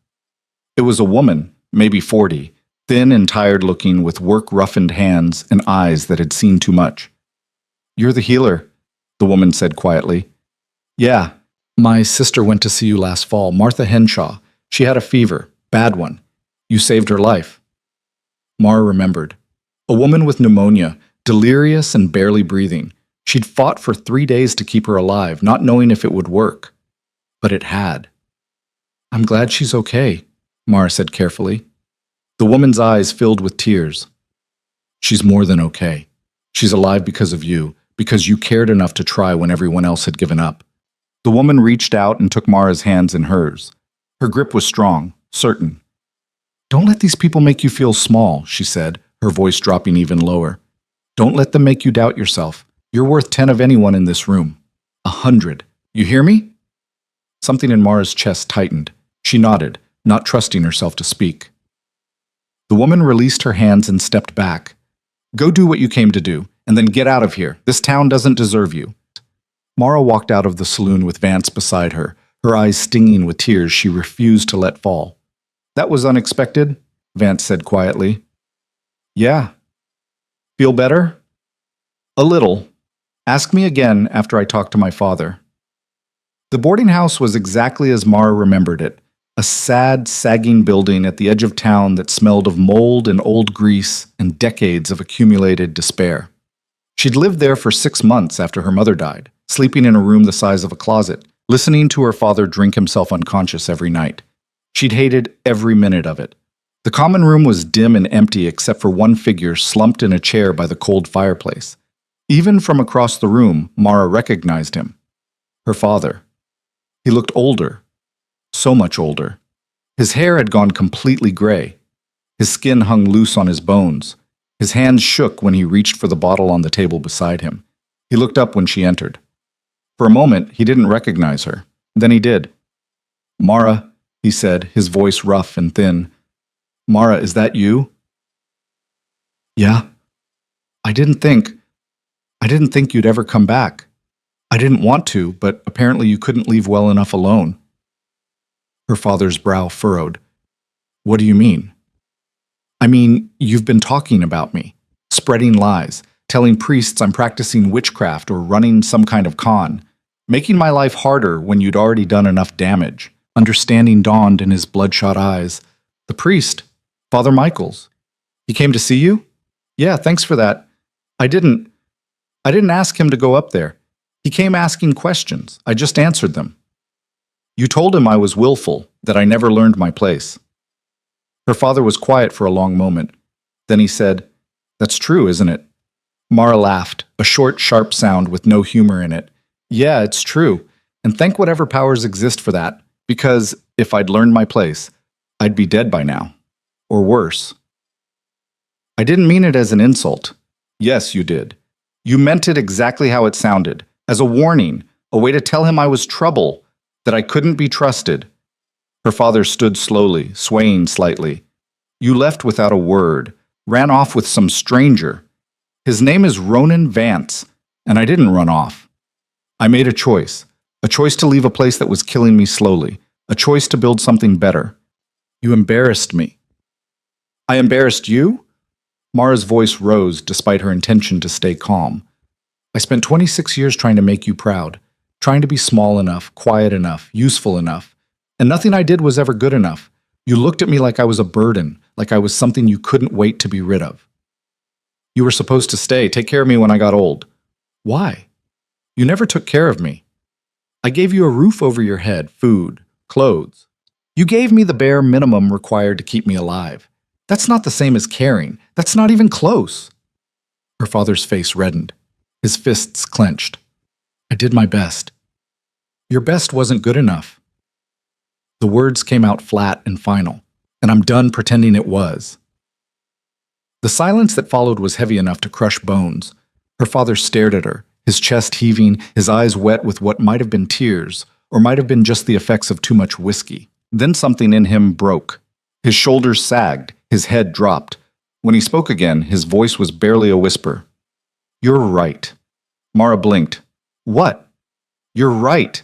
My best wasn't good enough. I wasn't a good father. I wasn't anything you deserved. She hadn't expected that, had come prepared for anger, for denial, for blame, not admission. Why? She asked, the question she'd carried for 3 years finally finding voice. Why did you treat me like that? Her father sank back into his chair. He looked smaller now, shrunken, like something vital had leaked out of him. Because every time I looked at you, I saw her, your mother, the shape of her eyes, the way she laughed, the way she'd tilt her head when she was thinking, and it hurt too much to see it, hurt too much to remember what I'd lost. Mara felt something crack inside her chest. Not forgiveness, not understanding exactly, but a small, terrible realization that her father had been broken too, that his cruelty had grown from pain, not malice. It didn't make it right. It didn't undo the damage, but it made him human. "I'm sorry," her father said, his voice cracking. "I'm sorry I wasn't better, that I didn't try harder, that I let my pain turn into something that hurt you." "So am I," Mara said quietly. "Sorry that you lost her, but that was never my fault, and it never should have been my burden to carry." "I know. Do you? Because you spent 3 years telling people I was a thief, a runaway, someone who couldn't be trusted. I was angry, hurt. You left and I had no one. You had yourself. That should have been enough." Her father looked up at her with eyes that were frighteningly clear despite the alcohol. "What happened to you, Mara? Where did you go?" "I went somewhere I could breathe, somewhere I could be worth something. And did you find it?" Mara thought about the clinic, about the lives she'd saved, about Emma and Vance and everyone else who'd become her family. "Yeah," she said, "I found it." Her father nodded slowly. "Good. That's good." They sat in silence for a while. Mara found a chair and sat down across from him. She didn't know what she'd expected from this conversation. Closure, maybe, or at least understanding. What she got was something more complicated. The knowledge that her father was just a man, broken and flawed and drowning in regrets. Not a monster. Not beyond redemption. Just deeply, profoundly human. "I'm not coming back," she said finally. "I'm not going to take care of you. I'm not going to fix this. Whatever happens to you from here on out, that's your responsibility, not mine." Her father nodded. "I understand."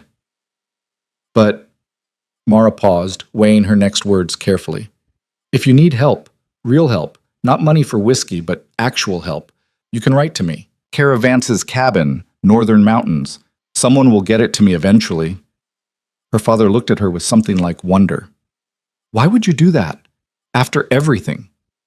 "Because I'm not you. Because I've learned that holding on to anger only poisons yourself. Because offering help doesn't mean accepting what you did. It just means choosing to be better." "I don't deserve that." "Probably not, but that's not the point." Her father was quiet for a long time. Then he said, "You became someone. Someone real. I'm proud of that." It was the first kind thing he'd said to her in as long as she could remember. Maybe the first kind thing he'd ever said. Mara stood up. "I have to go." "Will I see you again?" "I don't know. Maybe. If you clean yourself up, if you stop drinking, if you try to be better." "And if I don't?" "Then no, this was goodbye." She walked toward the door, but before she left, she turned back one more time. "The preserves were mine," she said. "Made from my mother's recipe. From her jars. With my hands. They were never yours to complain about. And I'm not sorry I took them." Her father smiled slightly. "Neither am I. Not anymore." Mara walked out of the boarding house and found Vance waiting by the horses. "How'd it go?" he asked. "It went." "That good or that bad?" "Both. Neither. I don't even know anymore." They started to mount up, but before they could leave town, someone called Mara's name. She turned. A young woman stood at the edge of the street, maybe 19, thin as a rail, with a bruised face and frightened eyes that Mara recognized immediately because she'd seen them in her own mirror once. "Are you really her?" the girl asked. "The healer they talk about?" "Yeah." The girl took a step closer, her voice dropping. Can I come with you?" Mara looked at her, really looked at her, saw the bruises half hidden by her collar, the way she held herself like she was trying to take up as little space as possible, the desperate hope in her eyes. She saw herself 3 years ago, standing in that saloon with nothing left to lose. "What's your name?" Mara asked. "Emma." "You got anyone here who'll miss you? Anyone who matters?" Emma shook her head. "No one who matters." "It's going to be hard where I am. Harder than anything you've probably done. You'll work until your hands bleed. You'll be cold and hungry and scared. You'll want to quit every single day for the first month. Maybe longer. I can handle hard. I just can't handle being trapped anymore. Mara glanced at Vance. He gave a small nod, barely visible. Can you ride? Mara asked Emma. A little. Can you work? Really work? Not just when you feel like it, but every day, no matter how tired you are? Yes. Can you follow instructions? Learn fast? Adapt? Yes. Mara studied her for another moment. Then she made her decision. Get whatever you need. We leave in 10 minutes. Emma's face transformed. Really? Really. But I'm serious about it being hard. If you can't handle it, you tell me right away. I'm not dragging someone through the mountains who doesn't want to be there. I want to be there, more than anything. Then move. We've got a long ride ahead. Emma disappeared into a nearby building and came back 5 minutes later with a small bundle. Everything she owned, apparently. An older woman stood in the doorway watching, her expression unreadable. You take care of her, the woman called out to Mara. I will. You make her into something better than this place would let her be. That's the plan. Emma climbed up behind Mara, her arms wrapping around her waist. She was trembling, whether from fear or excitement, Mara couldn't tell. They rode out of Red Hollow together, 3 people this time instead of 2. And as the town disappeared behind them, Mara felt something shift inside her chest, something that felt like completion. She'd gone back, faced it, settled it, and now she was taking something good away from that terrible place, a chance for Emma, the same chance Vance had given her. The ride back took 3 days. Emma was quiet most of the time, watching everything with wide, careful eyes. At night, when they made camp, she helped without being asked, set up the fire, tended the horses. Didn't complain about the cold or the hard ground or the meager portions of food. On the second night, as they sat around the fire, Emma finally spoke. What's it really like? Where we're going? Mara poked at the fire with a stick, watching sparks spiral up into the darkness. Hard, lonely sometimes. You'll work from before dawn until after dark. Your hands will crack and bleed. Your back will hurt. You'll be so tired some nights you'll want to cry. Sounds terrible. It is terrible, some days. But, Mara smiled slightly, but you'll be free, really free. Free to become whoever you want to be. Free to matter. Free to build something with your own hands and know that it's yours. That makes everything else worth it. Emma nodded slowly, processing. The woman you mentioned, the one who's there now. Is she like me? She was, when she first arrived. Now she's something else, something stronger. Do you think I can do that? Get stronger? I know you can, but you have to choose it every single day, even when it's hard, especially when it's hard. I choose it. Good, because we're going to need all the help we can get. When they finally reached the cabin, Emma stood in the clearing, looking around with wonder in her eyes. It's beautiful, she said quietly. Vance snorted from where he was unsaddling the horses. It's functional. Same thing, Emma said firmly. The original Emma, the one who'd been with them for a year now, came out of the clinic when she heard the horses. She saw the new arrival and smiled. Another one? She asked Mara. Another one. Good. We need the help. She turned to the younger Emma. I'm Emma too, so that's going to be confusing. We'll figure out nicknames or something. Or we just use last names, Mara suggested.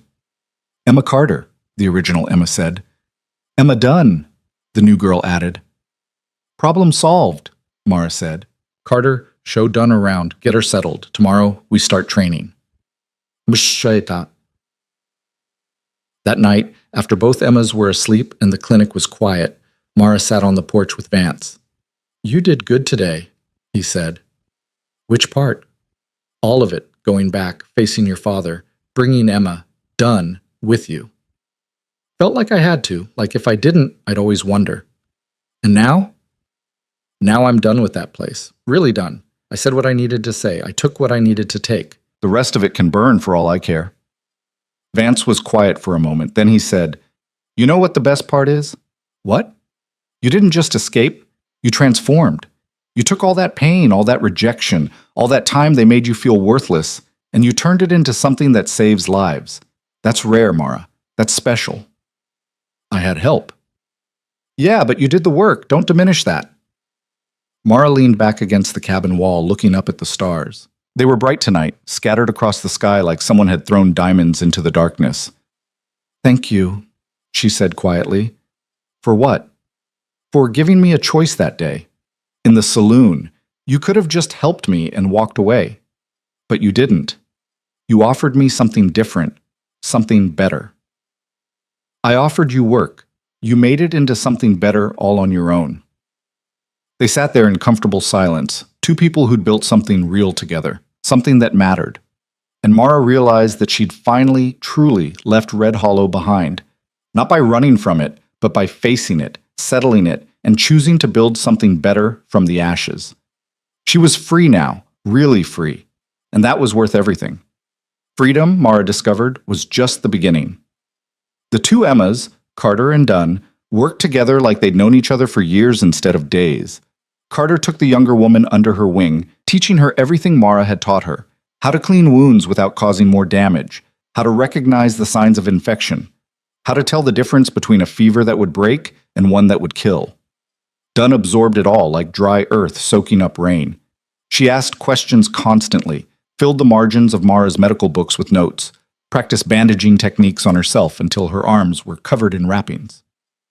She reminds me of you, Vance said one evening, watching Dunn practice suturing on a piece of leather. How so?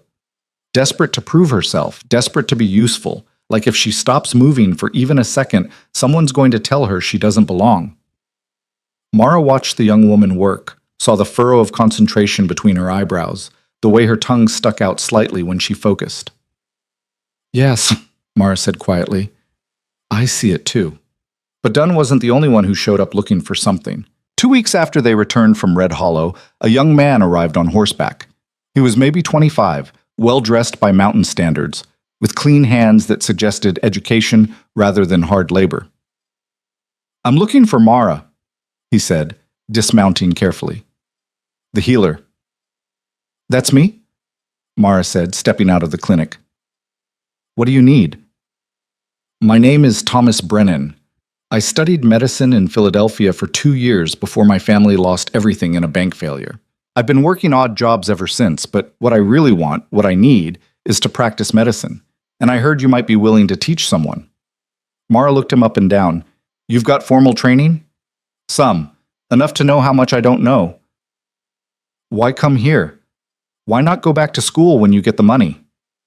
Thomas's expression hardened. Because I'm 25 years old. By the time I could afford to go back, I'd be 30, maybe older. And even then, I'd graduate with debt and no guarantee of work. Here, you're actually helping people.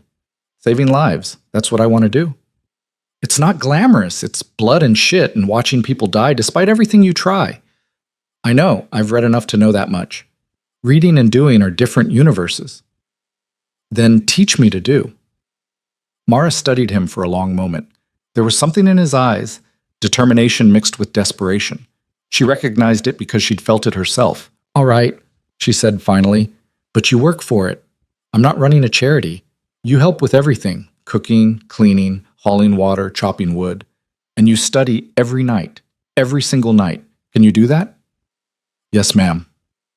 Don't call me ma'am. Makes me feel old. Just Mara. Thomas smiled. Yes, Mara. He moved into the barn that night, setting up a small space for himself near where they kept the animals. The next morning, he was up before dawn, helping Vance split wood, asking questions about the clinic, about Mara, about how everything worked. He's eager, Vance observed. He is. Question is whether he can handle the reality. They found out 3 days later when a trapper came in with a leg wound that had gone septic. The smell hit them before they even got close, the sweet, rotting stench of dying flesh. Mara had seen wounds like this before. The leg would have to come off. There was no other option. She explained it to the trapper, a grizzled man named Dutch, who took the news with grim acceptance. Do what you gotta do, he said. Just make it quick. Mara gathered her team, Carter, Dunn, and Thomas. This is going to be brutal, she told them. Carter, you've assisted with amputations before. Thomas, Dunn, you haven't. If you can't handle it, leave now. No shame in it. Neither of them moved. All right then, let's work. The amputation took 2 hours. Dutch screamed until he passed out from the pain. They had whiskey and laudanum, but it wasn't enough. It was never enough. The smell was overwhelming. Blood everywhere. Thomas turned green halfway through, but he didn't leave. Dunn cried silently while holding Dutch's hand, but she stayed. When it was done, when the ruined leg was removed and the stump was cauterized and bandaged, Mara sent everyone outside while she finished up. She found Thomas behind the barn, vomiting into the bushes. "You did good," she said. He wiped his mouth with his sleeve. "I almost ran. Halfway through, I almost just ran. But you didn't. That's what matters." "How do you do it? How do you stay calm while someone's screaming like that?" Mara was quiet for a moment, remembering her own first amputation. The terror. The certainty that she was doing it wrong. The sound of the saw cutting through bone. "You don't stay calm," she said finally. "You just pretend you are. For them. Because they need you to be strong even when you're falling apart inside." "Does it get easier?" "No, but you get better at handling it." Thomas nodded slowly. "I can do this. I want to do this." "Good. Because Dutch is going to need constant monitoring for the next week. Infection could still kill him. You're on watch duty, 4-hour shifts with Carter. I won't let you down." And he didn't. Thomas threw himself into the work with single-minded intensity. He studied late into the night, reading by candlelight until his eyes burned. He asked questions constantly, took notes, practiced procedures until he could do them in his sleep. Dutch survived. The stump healed clean.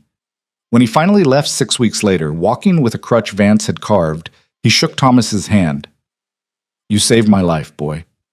Mara saved your life. I just helped." "That's what I mean. You helped. That matters."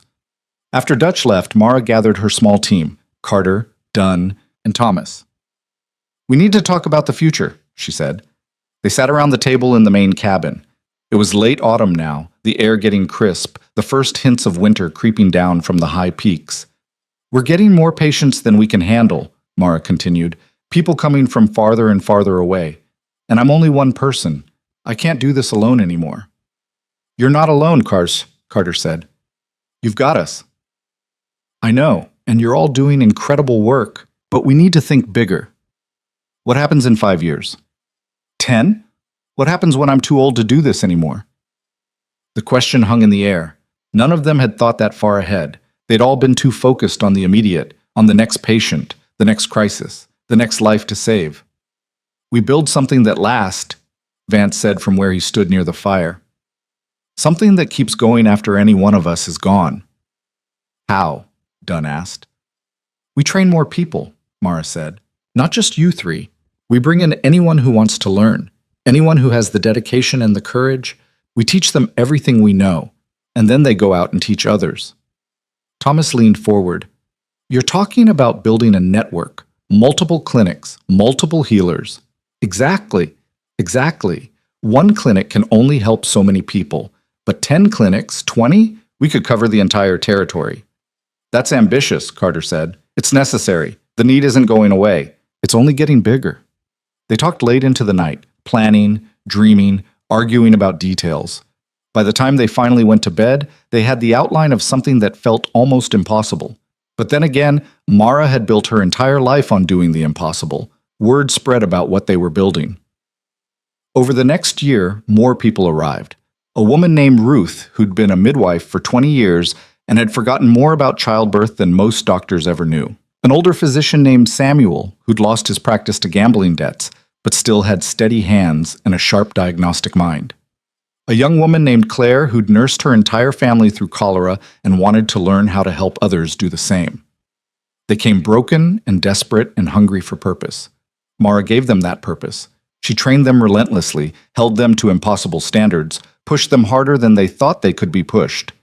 And they rose to meet it. Within 2 years, they'd established a second clinic 50 miles south, run by Carter and Ruth. Within 3, there was a third clinic to the east, managed by Thomas and Claire. Each clinic became a training ground, teaching new healers who would go on to start their own practices.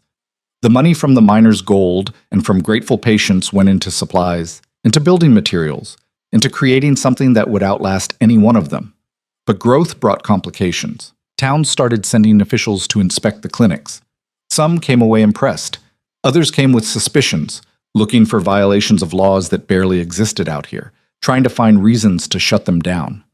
A doctor from one of the larger settlements showed up at Mara's clinic one spring morning, accompanied by two men who looked like they'd never done a day's hard work in their lives. "I'm Dr. Harrison," the man said, not bothering to dismount.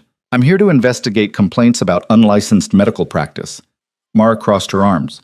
"What complaints?" "Multiple sources have expressed concern that you're operating without proper credentials, that you're putting people at risk." "How many people have died under my care?" Dr. Harrison blinked. "I don't have those numbers." 7. In 5 years, out of more than 300 patients. That's a 2% mortality rate. What's yours? That's not the point. That's exactly the point. You're here because someone's threatened by what we're doing, because we're helping people they've ignored, because we're proving you don't need fancy schools and expensive degrees to save lives. One of the men with Dr. Harrison stepped forward. "The law barely exists out here," Mara cut him off. "There's no government oversight, no medical board, no structure at all. We're filling a gap that you people refuse to fill. Nevertheless, we have standards. Your standards are killing people. By the time someone can afford to see a credentialed doctor, they're usually dead. We don't charge what we can't afford to give. We don't turn people away because they can't pay. We just help." Dr. Harrison's expression was complicated, part anger, part something that might have been respect. "I could shut you down," he said quietly. "You could try, but the people here would riot. They'd run you out of the territory, and you know it." The two men stared at each other for a long moment. Then Dr. Harrison did something unexpected. He dismounted and walked toward the clinic. "Show me," he said. "Show you what?" "Your operation, your methods, your results. If you're as good as you claim, prove it." Mara led him inside, showed him the clinic rooms, the supply storage, the medical books she'd collected over the years, introduced him to her patients, a young boy recovering from a broken leg, an elderly woman being treated for pneumonia, a man whose infected hand she'd saved from amputation. Dr. Harrison examined each case, asked questions, reviewed her notes. His expression grew more and more troubled as the tour continued. Finally, he turned to her. "This is impressive. More than impressive. You're doing work here that most city hospitals would struggle to match. So you'll leave us alone?" "I didn't say that."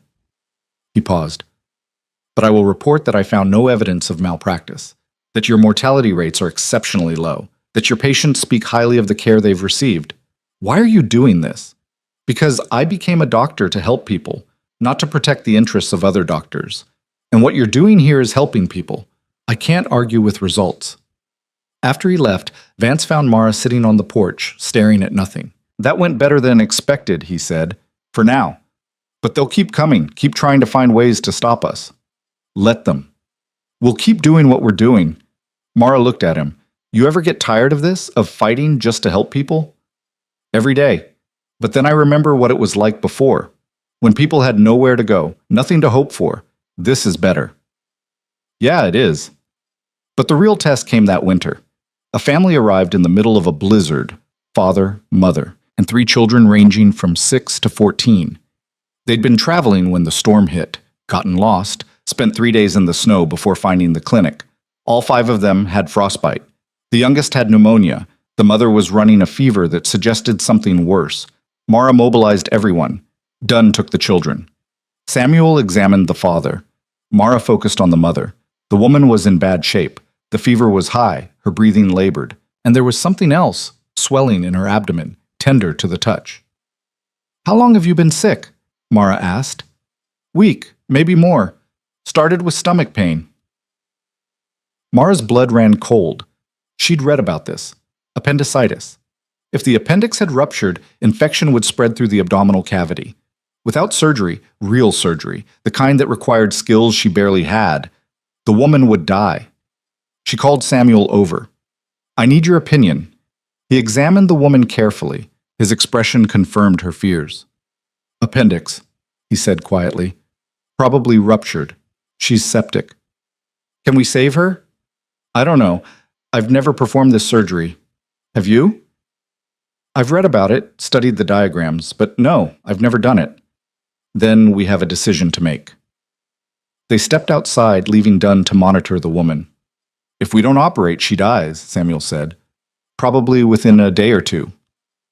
If we do operate and get it wrong, she dies faster and in more pain. But if we get it right, she has a chance. Mara looked back at the clinic, at the husband sitting with his children, all of them terrified. I hate these choices. So do I, but we still have to make them. Mara thought about all the patients she'd saved, all the ones she'd lost, all the impossible situations where she'd had to choose between doing nothing and trying something that might make things worse. All right, she said finally, we operate, but we tell the husband the truth first. Let him decide. The husband's name was Marcus.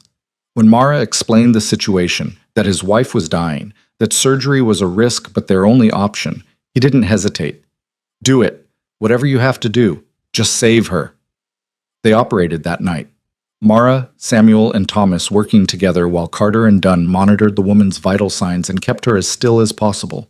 It was the hardest thing Mara had ever done. Finding the appendix in a cavity full of infection and inflammation. Removing it without causing more damage. Cleaning out the infection, knowing they couldn't get it all. Stitching everything back together and hoping it would hold. The surgery took 4 hours. When it was done, all 3 of them were shaking from exhaustion. Now we wait, Samuel said. The woman, her name was Catherine, survived the night. Then the next night. Her fever spiked on the 3rd day and Mara thought they'd lost her. But it broke on the 4th, and Catherine woke up weak but alive. She recovered slowly over the next 3 weeks. The children's frostbite healed. The father's toes had to be partially amputated, but he survived. By the time they left, the whole family was walking and breathing and alive. Marcus tried to pay them everything he had. Mara refused. You don't have anything to spare, she said. Get your family home, get them healthy. That's payment enough. I don't know how to thank you. You tell people. You tell them what happened here. You tell them there are people in these mountains who give a damn. That's all I ask. Marcus nodded, tears in his eyes. I'll tell everyone. Everyone who'll listen. After they left, Mara found herself back on the porch again, this familiar thinking spot that had seen so many of her doubts and fears and small victories. Thomas joined her. That was incredible. What you did for Catherine. I've never seen anything like it. It was terrifying. We could have killed her. But we didn't. We saved her, all of us together. Mara looked at him, saw not the uncertain young man who'd arrived 2 years ago, but someone confident and capable. A real healer. You did good work in there, she said.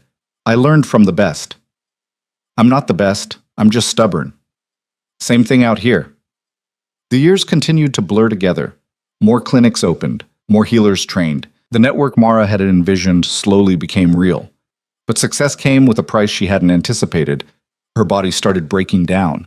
The arthritis in her hands got worse, making delicate procedures harder. Her eyes began to fail, requiring her to work in brighter and brighter light. Her back, damaged by years of bending over patients, seized up at random moments. She was 47 years old and she felt 70. You need to slow down, Vance said one evening after finding her unable to stand up from a chair without help.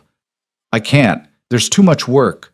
There are a dozen people who can do that work now, people you trained, people who are just as capable as you. They're not? Yes, they are. You've made sure of it. That was the whole point, wasn't it? To build something that didn't depend on you? Mara knew he was right, had known it for months, but admitting it felt like giving up. I don't know who I am if I'm not doing this, she said quietly. Vance knelt beside her chair, took her hands in his. His own hands were weathered now, scarred from decades of hard work, but they were gentle. You're the woman who built all of this, who saved hundreds of lives, who taught dozens of people to save hundreds more. That doesn't change just because you slow down. What if I stop being useful? You could never stop being useful. You're Mara. You matter because you exist, not because of what you do. She looked at him, really looked at him, and saw the same man who'd offered her a choice in a saloon 24 years ago. Older now, grayer, but fundamentally unchanged. When did you get so wise? She asked. I've always been wise. You just haven't been paying attention. Despite everything, she laughed. She did slow down after that, stepped back from direct patient care, focusing instead on teaching, on administration, on the broader vision of what they were building. It was harder than she'd expected, watching others do work she used to do, but it was also liberating in a way she hadn't anticipated. For the first time in decades, she had time to think, to reflect, to consider what came next. What came next arrived on a cold spring morning in the form of a letter. It was delivered by a writer who'd been searching for her for weeks, carried in a weatherproof pouch to protect it from the elements. The letter was from Red Hollow, from Sheriff Hutchins. "Your father is dying. Thought you should know. He's asking for you. No pressure to come. But if you want to say goodbye, you should do it soon. For what it's worth, he's changed, stopped drinking, tried to make amends. Thought you'd want to know that too." Mara read the letter 3 times, feeling a complicated mix of emotions she couldn't quite name. Vance found her on the porch, the letter crumpled in her hand. "Bad news?" he asked. "My father's dying." "You going to see him?" "I don't know. Part of me thinks I should. Part of me thinks there's no point." "What does your gut say?" Mara thought about that. About the last time she'd seen her father, 7 years ago. The conversation they'd had, the small step toward understanding, if not forgiveness. "My gut says I'll regret it if I don't," she admitted. "Then we go." "You don't have to." "I'm coming. We've been through everything else together. Makes sense to do this together, too." They left the next morning, leaving the clinic in the capable hands of Dunn, who'd become Mara's right hand over the years. The ride to Red Hollow took 4 days, and with every mile, Mara felt her uncertainty grow. What would she say to him? What did she want to say? She still didn't know when they arrived. Red Hollow looked smaller every time she came back, like it was shrinking year by year, the buildings getting more weathered, the streets emptier. A town dying slowly, bleeding population to better opportunities elsewhere. The boarding house was the same, still sagging, still smelling of old grease and regret, but quieter now, with fewer residents. Her father's room was at the end of the hall, just like before. Mara stood outside the door for a long moment before knocking. "Come in," a weak voice called. She opened the door and stepped inside. Her father was in bed this time, not the chair. He looked impossibly small against the pillows, his skin paper-thin, his breathing labored. But his eyes were clear, clearer than she'd ever seen them. "Mara," he said, his voice barely above a whisper. "You came." "Yeah, I came." She pulled a chair close to the bed and sat down. They looked at each other for a long moment. "You look good," he said. "Strong. I'm getting old. Aren't we all?" He coughed, a wet, rattling sound. "Thank you for coming. I wasn't sure you would." "I wasn't sure I would either." "I've been sober for 5 years," he said. "In case you were wondering, haven't touched a drop since you came back that first time. That's good. Doesn't make up for anything, but it's something." Mara nodded slowly. "Why did you ask for me?" Her father was quiet for a moment. Then he said, "Because I wanted to see what I missed. Who you became when I wasn't dragging you down." "And you became someone extraordinary, someone your mother would have been proud of." The words hit harder than Mara expected. She felt tears prick her eyes but refused to let them fall. "I built something," she said. "Something that matters. Clinics throughout the territory. Training programs, dozens of healers doing the work I started. I heard. People talk about it, about you, the woman who saves lives in the mountains, the one who trains others to do the same." "Does that make you proud?" Her father smiled slightly. "It makes me sad." "Sad?" "Well, because I could have been part of it, could have watched you build it, been there to support you, but I was too drunk and too broken and too much of a coward."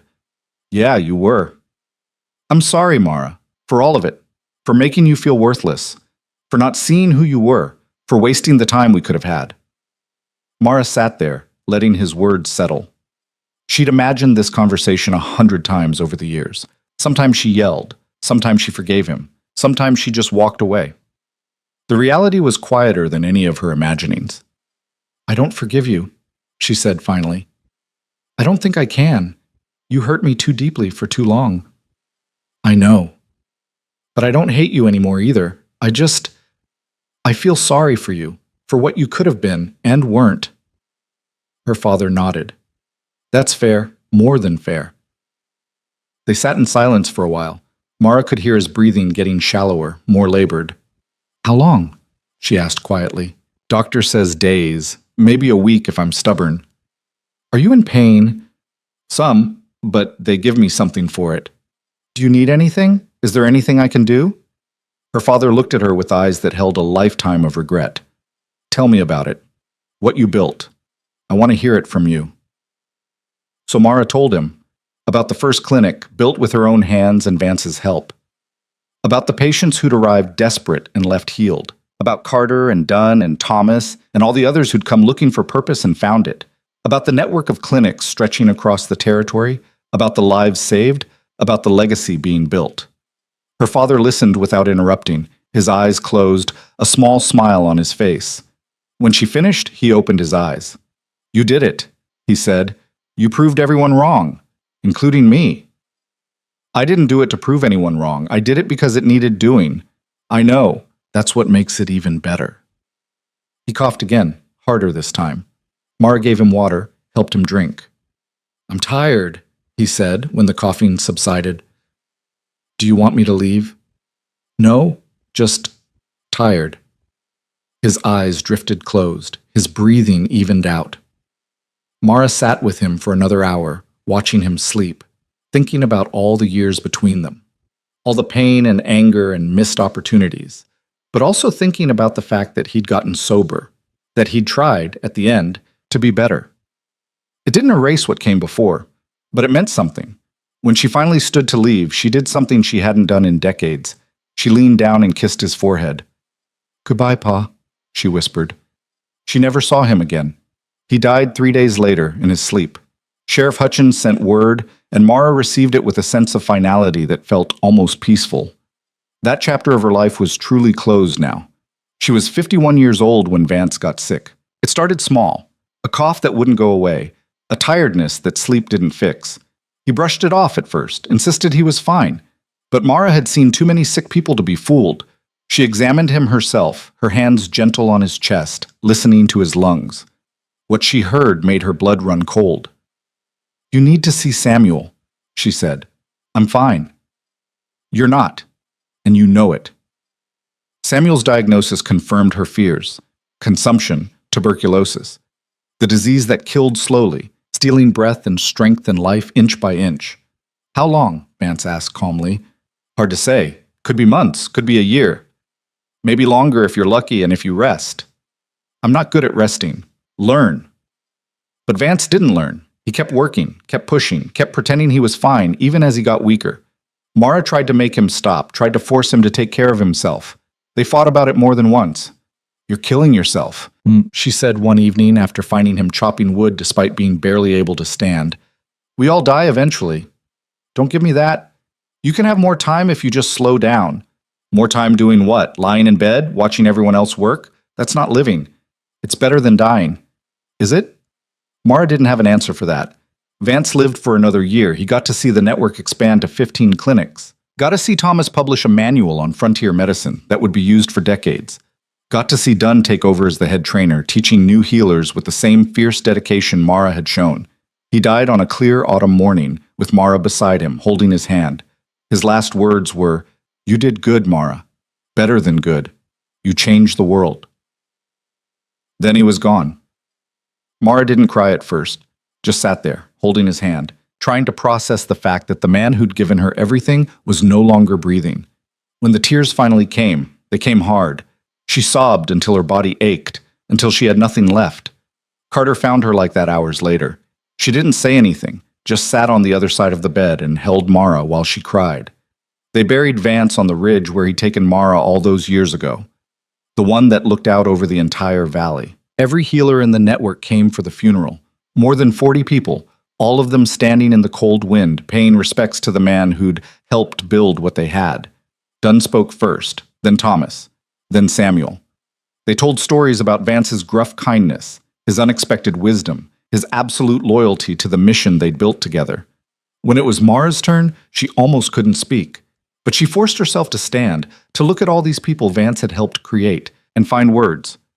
Ronan Vance was the first person who ever made me feel like I mattered, she said, her voice rough. He didn't ask me to be perfect. He didn't ask me to be small.